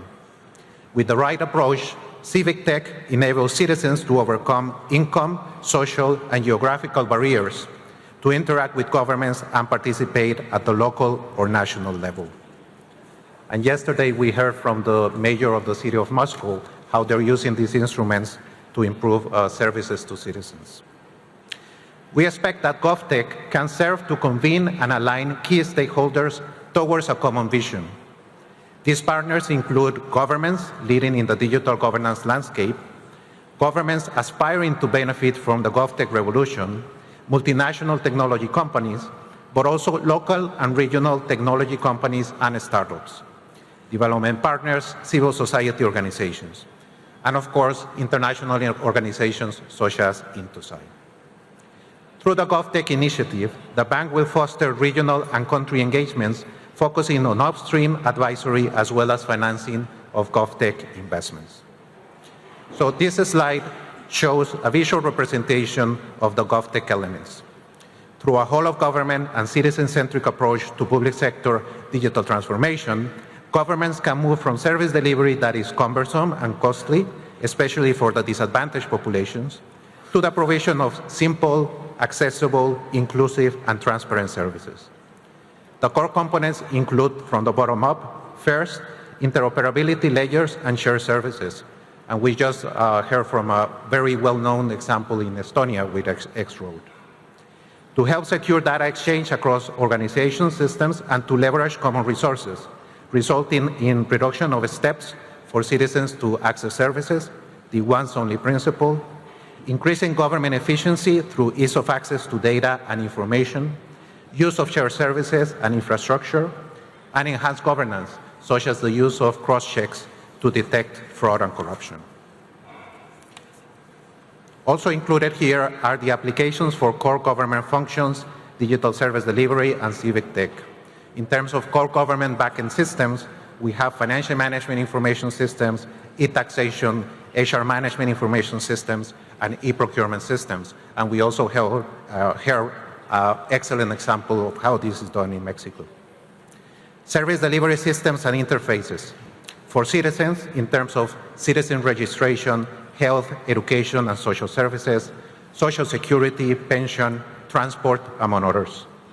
In terms of businesses, services related to company registration, taxpayer, and other services.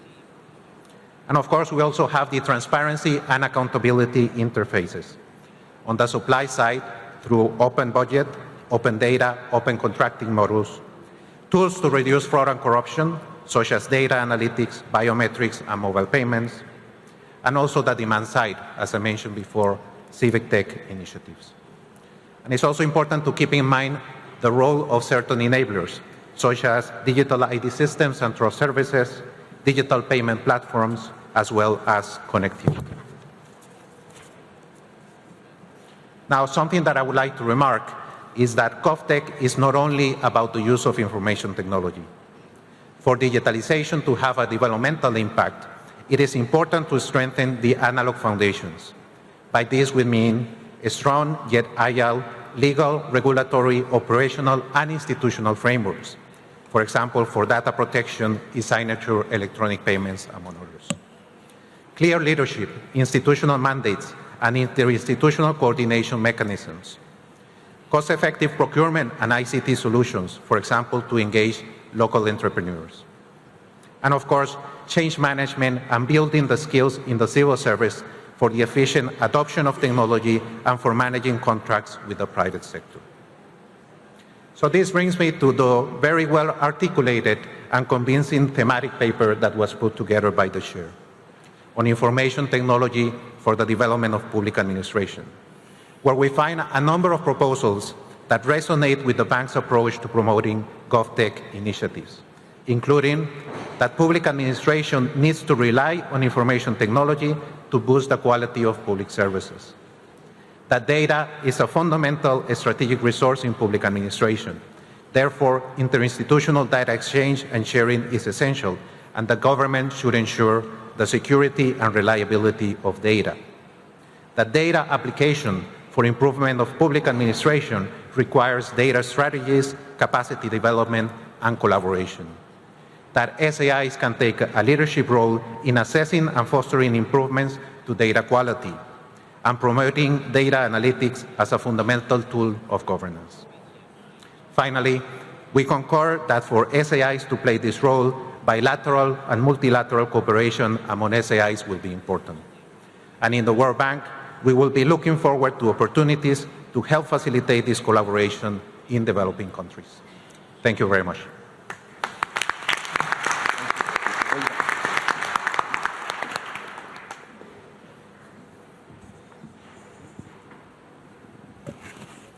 Thank you.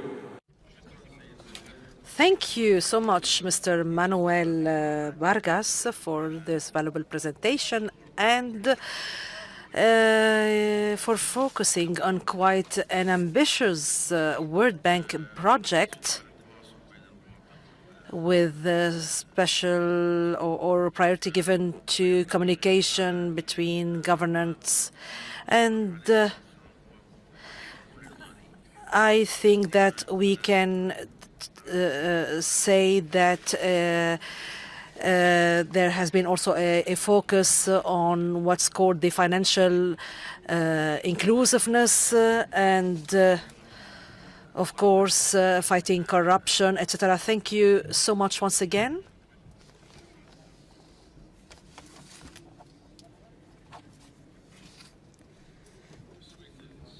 And now voting number 7. What is the role, or what role do you think big data analytics can play in the work of this size?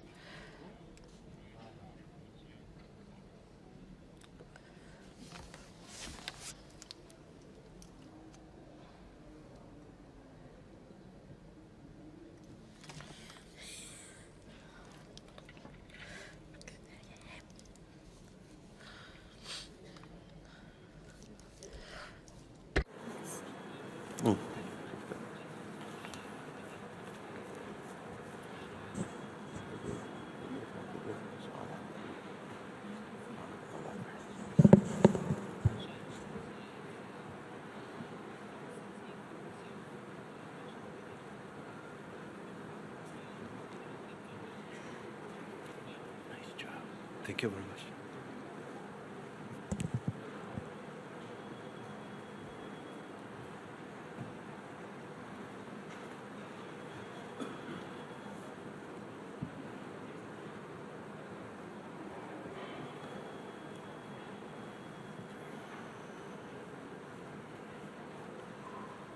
وفق ما هو متاح أمامكم فأن So, as you can see on the screen,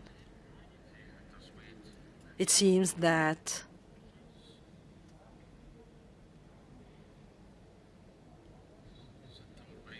%46 have chosen the first answer, i.e. conducive to improving audit efficiency, and 6% number B, conducive to more accurate identification of clues to problems, and 17% conducive to foresight in auditing to identify risks.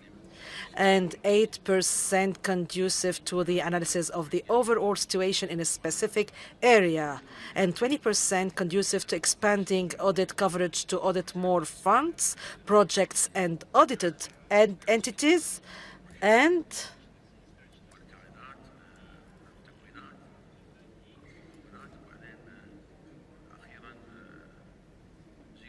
0 for the last option. Mr. Manuel, the audience question. To apply and use the big data in the most efficient way.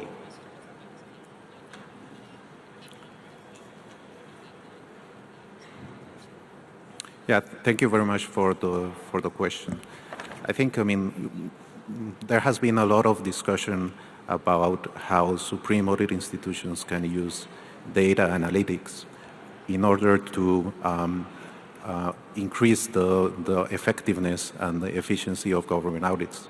Let me speak to this question more from the executive perspective, from the government side.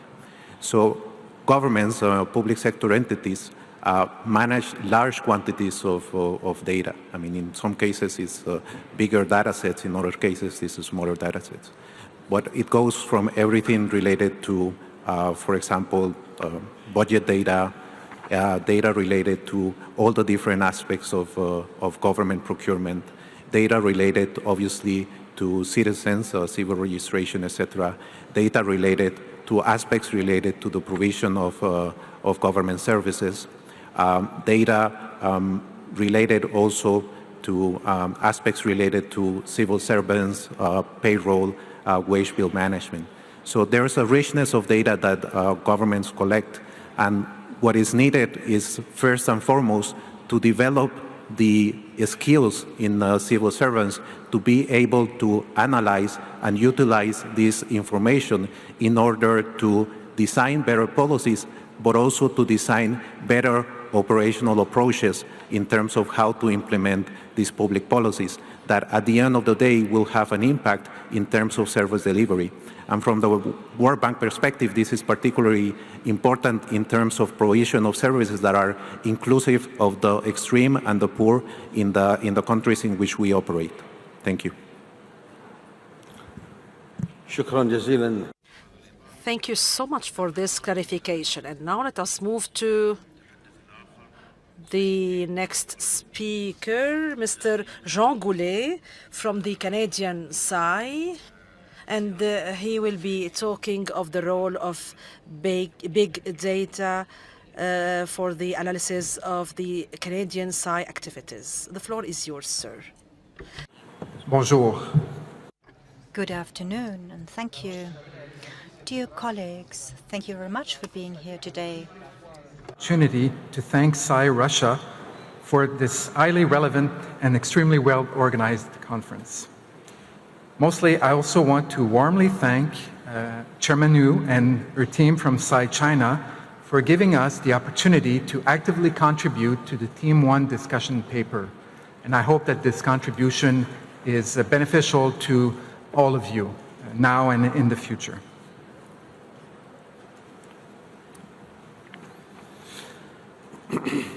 I am honored to have been asked to speak to you today about Team 1 Information Technology for the Development of Public Administration.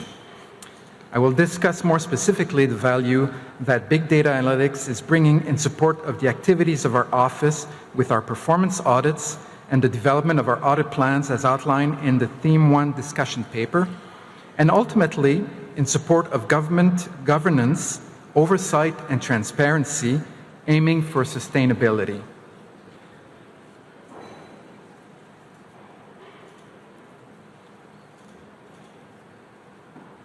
The operating context of the Office of the Auditor General of Canada is most affected by developments in government operations and technology, as I had the opportunity to see is the case for all of you in the last few days. The size and nature of government continue to increase the volume and complexity of government transactions and the number of audits we are required to conduct each year. These and other changes in our operating context continue to put pressure on our resources and ability to deliver products of quality in a timely way. Information technology is changing rapidly, affecting how the organizations we audit collect and use data. We are already seeing these effects in cyber and IT security, the use and storage of large amounts of data, and the use of artificial intelligence. Our approach to auditing must evolve to adapt to these new technologies, not only to keep up with changing information technology within audited entities, but also to increase the efficiency and value of our audits. Theme 1 discussion paper provides a thorough and well-documented view of the characteristics of big data, defined as the 5M, and also as the 5 Vs, as outlined by my colleague from SAI China earlier on. When thinking of big data, one must also consider that data now streams in at an unprecedented speed that is increasing exponentially. And it must also be dealt with in a timely manner, if not in near real time or even real time. Data flows can also be inconsistent with periodic peaks. Daily, seasonal, and event-triggered peak data loads can be challenging to manage, even more so with unstructured data such as social media. And because today's data comes from multiple sources, it makes it difficult to link, match, clean, and transform across systems. However, it is necessary to connect and correlate relationships, hierarchies, and multiple data linkages, or the amount of data can quickly spiral out of control and its usability become more and more difficult.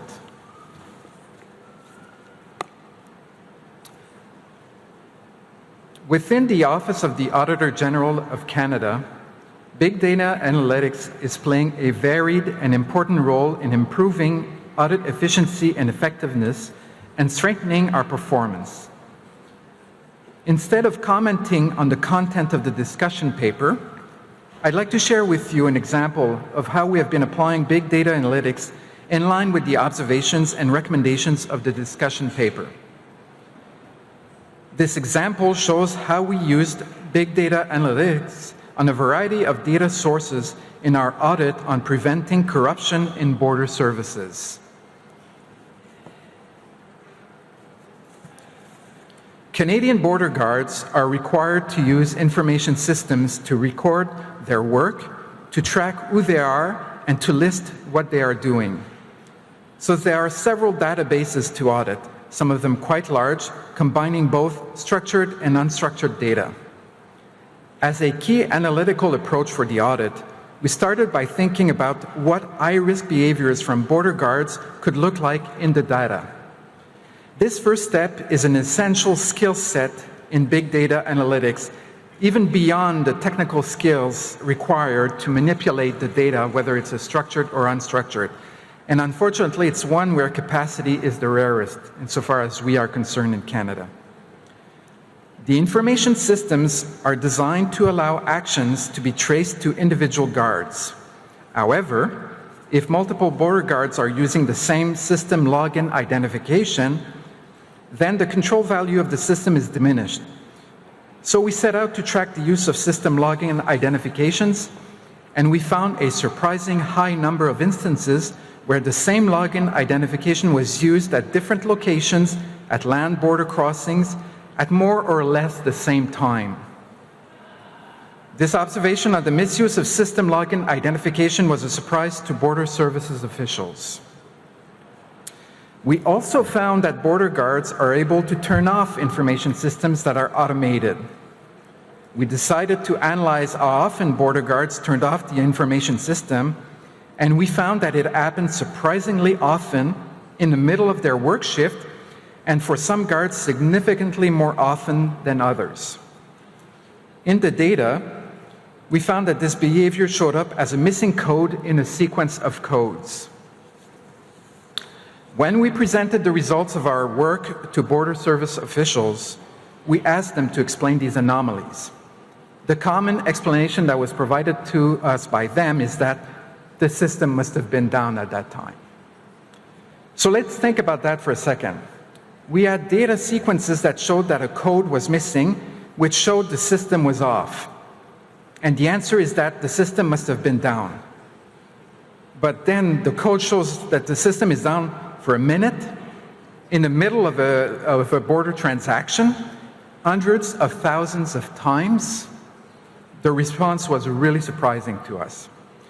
So we drilled down into other sources of data generated by the border services. Most border posts are equipped with video cameras, partly as an anti-corruption control. Our auditors analyzed footage from these cameras correlated to system downtime, although that footage could not allow us to identify the actual vehicles. We could not see the license plate. I'm sure many of you are familiar with this scenario. You drive up to the control booth at the border. You hand over your identification papers, you have a chat with the border guard, and the guard tells you either to pull off to the side to be searched or allows you to proceed. Border guards are required to check identification papers at the border for every occupant in a vehicle, and these identifications are supposed to be registered in the systems. As per our analysis of video footage, situations were identified where a car would drive up, the officer and driver would have a brief conversation, and remember, this is video only, so no audio, and then the car drove off. No identification papers was handed to the border guard or registered in the systems. Oftentimes, during those times that the system was down. That means that someone had just entered the country without being recorded or checked. You can see how that might be a significant problem. Ultimately, for most of these cases, there was another source of data that could allow us to corroborate evidence. In this case, it was photos of license plates that are taken when cars come through the border. We analyzed a sample of these images against our analysis of video footage and system downtime. When the results of the samplings were extrapolated, it still worked out that up for 1 year, 300,000 cars crossed the border without passenger identification papers being registered. So you now have a general view of the amount of work that we did on a variety of different types of data, different types of data sources. When you consider that more than 62 million cars cross the Canadian border every year, you get a better understanding of the sheer task of correlating information from such a variety of structured and unstructured sources, as well as videos and photos. Imagine doing that without data analytics.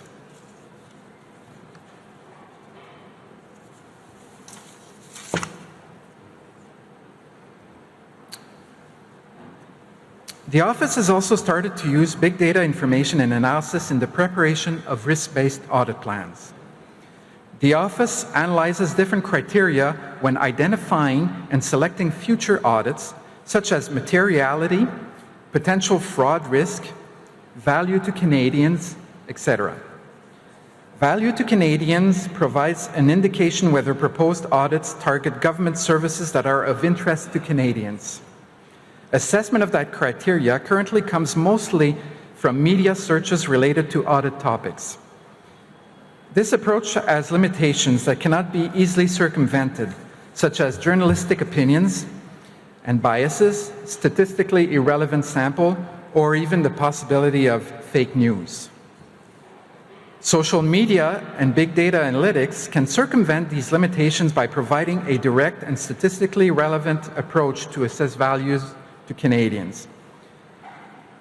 Through data mining of social media discussions relevant to the proposed audits using artificial intelligence software, we are able to identify concerns that are at the forefront of Canadians' mind, as well as the level of awareness and comfort that Canadians have with suggested audits and related topics.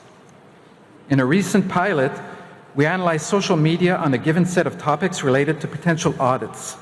Through data mining of social media, we were able to sample 265,000 people residing in Canada. This gave us a fair level of confidence on what are the concerns at the forefront of Canadians' mind and where we should be auditing in order to add value to Canadians.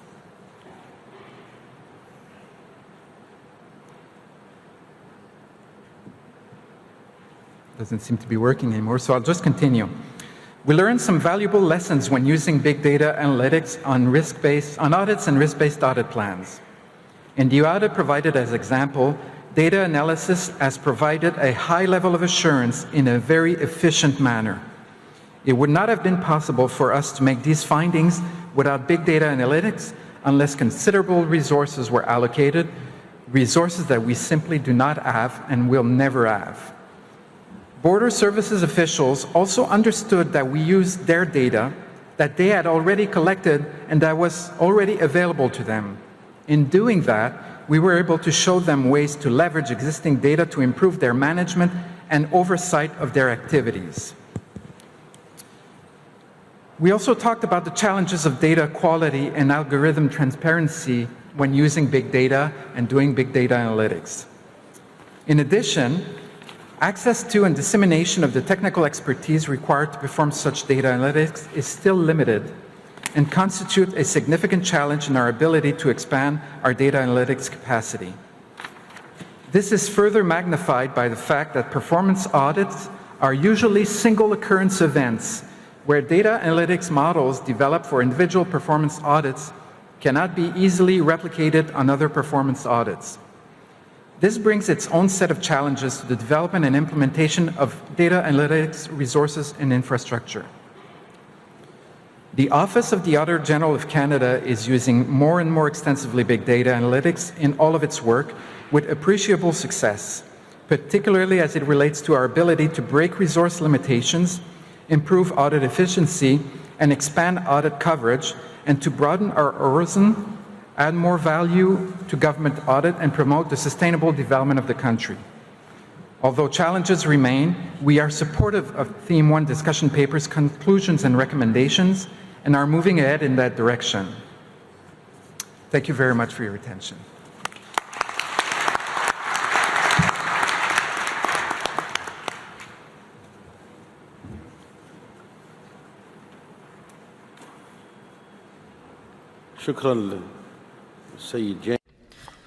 Thank you, Mr. Jean Goulet, and thank you for all the contents of your presentation and for telling us about some special cases pertaining to Canada. And now, the voting time. It's time to vote.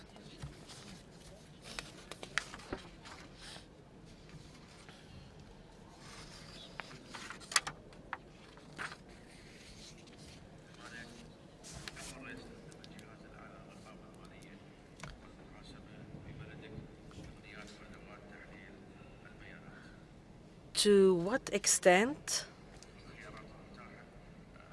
Well, you have all the options on the screen. To what extent the size in your country are using technologies and tools, analysis tools of data?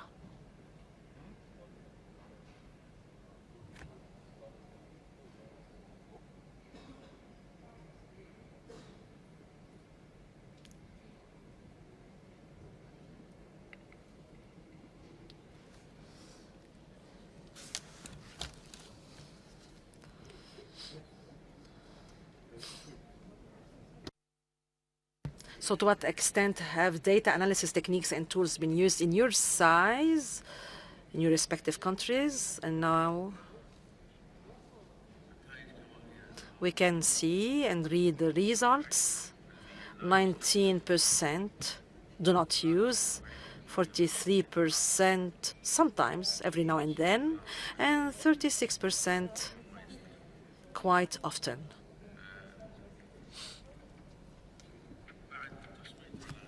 Further to voting. Now we move to the question.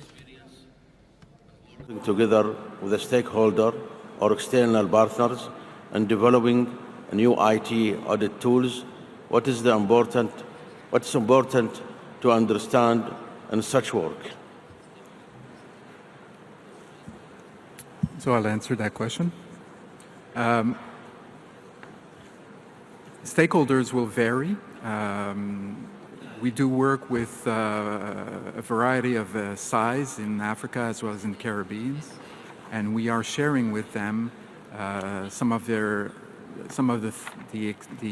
knowledge and experience that we've gained in doing big data analytics. Another way of sharing is within Canada itself. The federal government in Canada is limited in terms of its mandate in what it can audit, because we are a federal entity with 10 provinces who have their own powers, and we cannot go in areas where the provinces are mandated under law. So one of the things that we've been doing a lot with them is common audits and starting to evaluate the possibility with them of using data analytics. They are at different stages of advancement themselves in terms of the use of big data analytics. So there is a definite sharing of information with them, and this provides us an opportunity to increase our knowledge and pool our resources. This is more limited in terms of what we're doing with other SAIs, but hopefully this is something that we will be able to expand upon.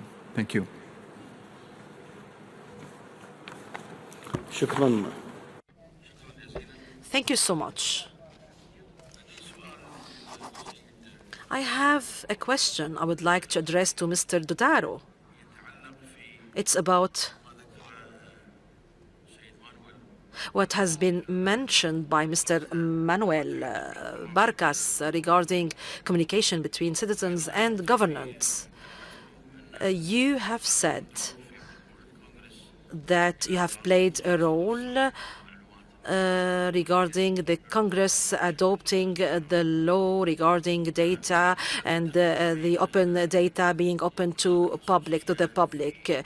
Don't you think that there is some privacy in drafting and disseminating data to citizens, especially that many citizens pointed out the difficult language of the data, and that it's so difficult that it can only understood by experts. So it's not only about disseminating and publishing data, it should be also straightforward, it should be simplified in a simple language. Shouldn't we take this into consideration when talking about publishing and making data available to citizens? Always have to take into consideration the users of the information that you're trying to communicate with. However, what we've found is that the citizens are becoming more and more sophisticated in their ability to use information and have a great deal of anxiety about getting the information. One of the issues we're having, and this is perhaps true in other countries, is that trust in government is at an all-time low. And one of the reasons that the trust is low is there's not enough transparency with regard to how the government is using the money that it collects from people to provide services, and how much of that money goes back to their particular localities. So this law would allow them to look at exactly what's done with all government spending and how it impacts their particular jurisdiction and community. It requires just basic IT skills that most people have. Now, our government also has spent a lot of money to put in place broadband access to information, to IT services from the internet, and enabled people to have that access available to them. So I think, this is something that needs to be designed to be user-friendly. It should be designed to empower people to use the information, and making it available in machine-readable, downloadable form allows them to be able to then manipulate the data to do more analysis on their own. So, and the other thing is that this makes it available to citizen interest groups too, so that they can analyze the information and provide it to their constituents, whether they're social service, their health care, and other intermediaries between directly to the citizens and the government. So it gives both people directly access, and it gives intermediaries access to help then explain it to their constituents. So I think this is what needs to be done, because otherwise the citizens don't have access to the information. That leads to skepticism, that leads to lack of trust. And I think we're very much in need of using all available IT tools to promote better trust in government.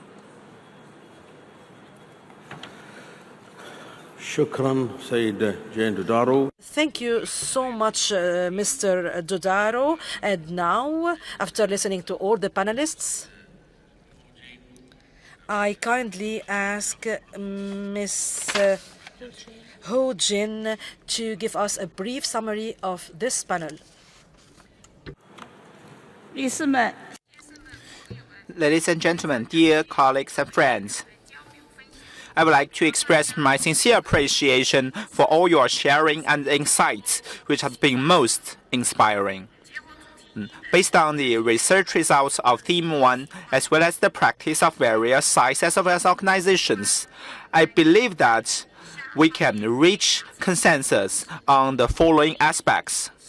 First of all, information technology can greatly facilitate the modernization of a country's governance system and capacity.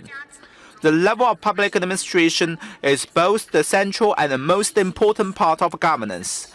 It is our inevitable choice to further upgrade this level by enhancing public service and supervision with cutting-edge information technology, so as to better perceive, forecast, and forestall risks.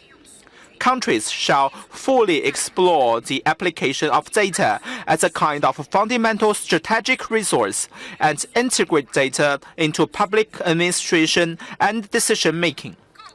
Secondly, science shall play an important role in promoting data utilization in the public sector.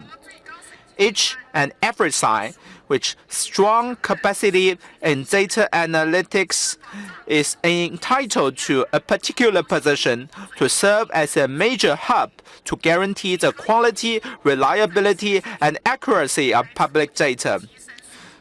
Specifically, a site can not only improve data quality by carrying out continuous data assessments, but improve the efficiency and effectiveness of data analytics by making it a basic tool of public administration and advocate for the principles of accessibility and openness of government data without breaching states' confidential laws and regulations. Third, big data audit is the strategic trend of government audit. As proved by practice of science around the world, reforming traditional audit methods and conducting big data audit is gradually becoming the new choice.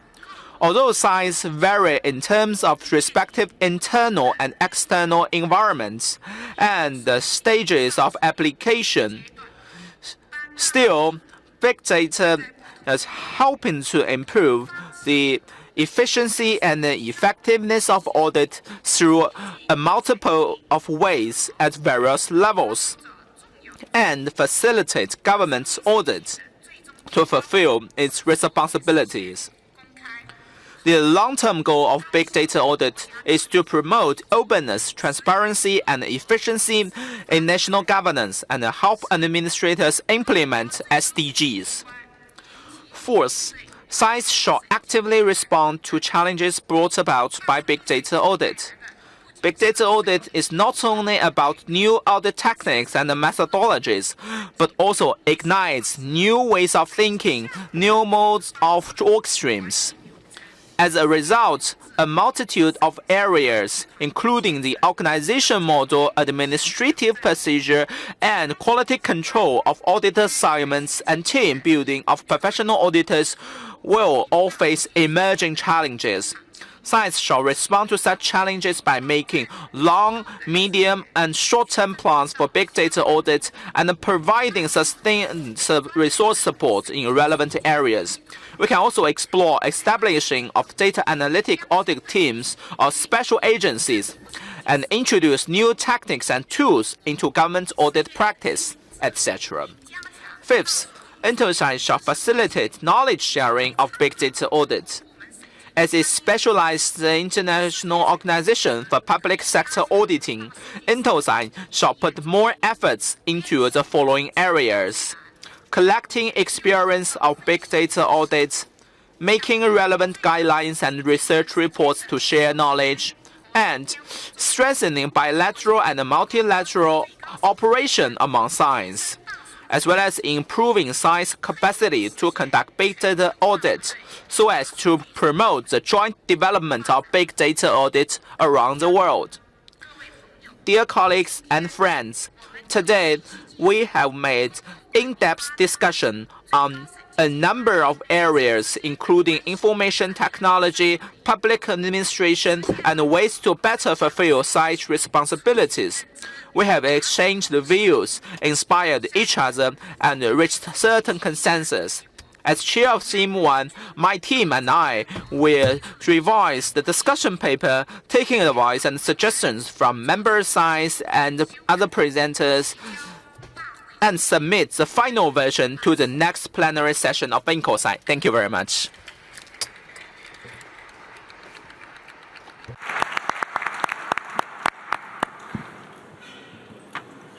Shukran. Thank you so much for this statement. I would like to assure you that the majority, if not all the participants, do agree on this paper. Of course, this paper shall be reviewed, taking into consideration all the observations, and of course, in addition to the declaration of Moscow, and of course, you can access all info on your personal account on the intosai website. Of course, I would like to thank all the panelists for all the efforts, for all the great presentations. I would like to thank all the organizers, and of course, special thanks to the great interpreters and the translators who made lots of efforts. And of course, before we give a big hand to the panelists, let us give a very big hand to the translators and the interpreters.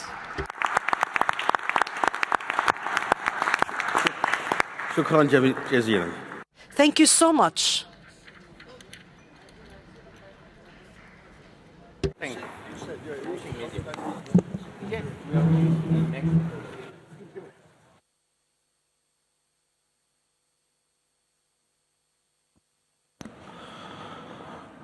Ladies and gentlemen, before tomorrow's leave voting session, please do not forget to charge your tablets. The Accounts Chamber of the Russian Federation invites you today to the Ballet Swan Lake in Bolshoi Theater, which begins at 7 p.m. Please do not forget to take your tickets with you. For your convenience, a transfer to the cultural program venue from the hotels and the Manege Exhibition Center is available. The departure is scheduled for 5:30 p.m. The information booths continue their work tomorrow at 8:30 a.m. The plenary sessions continue their work tomorrow at 9 a.m. The shuttles to your hotels are available at the exit from Manege Exhibition Center. We wish you a pleasant evening.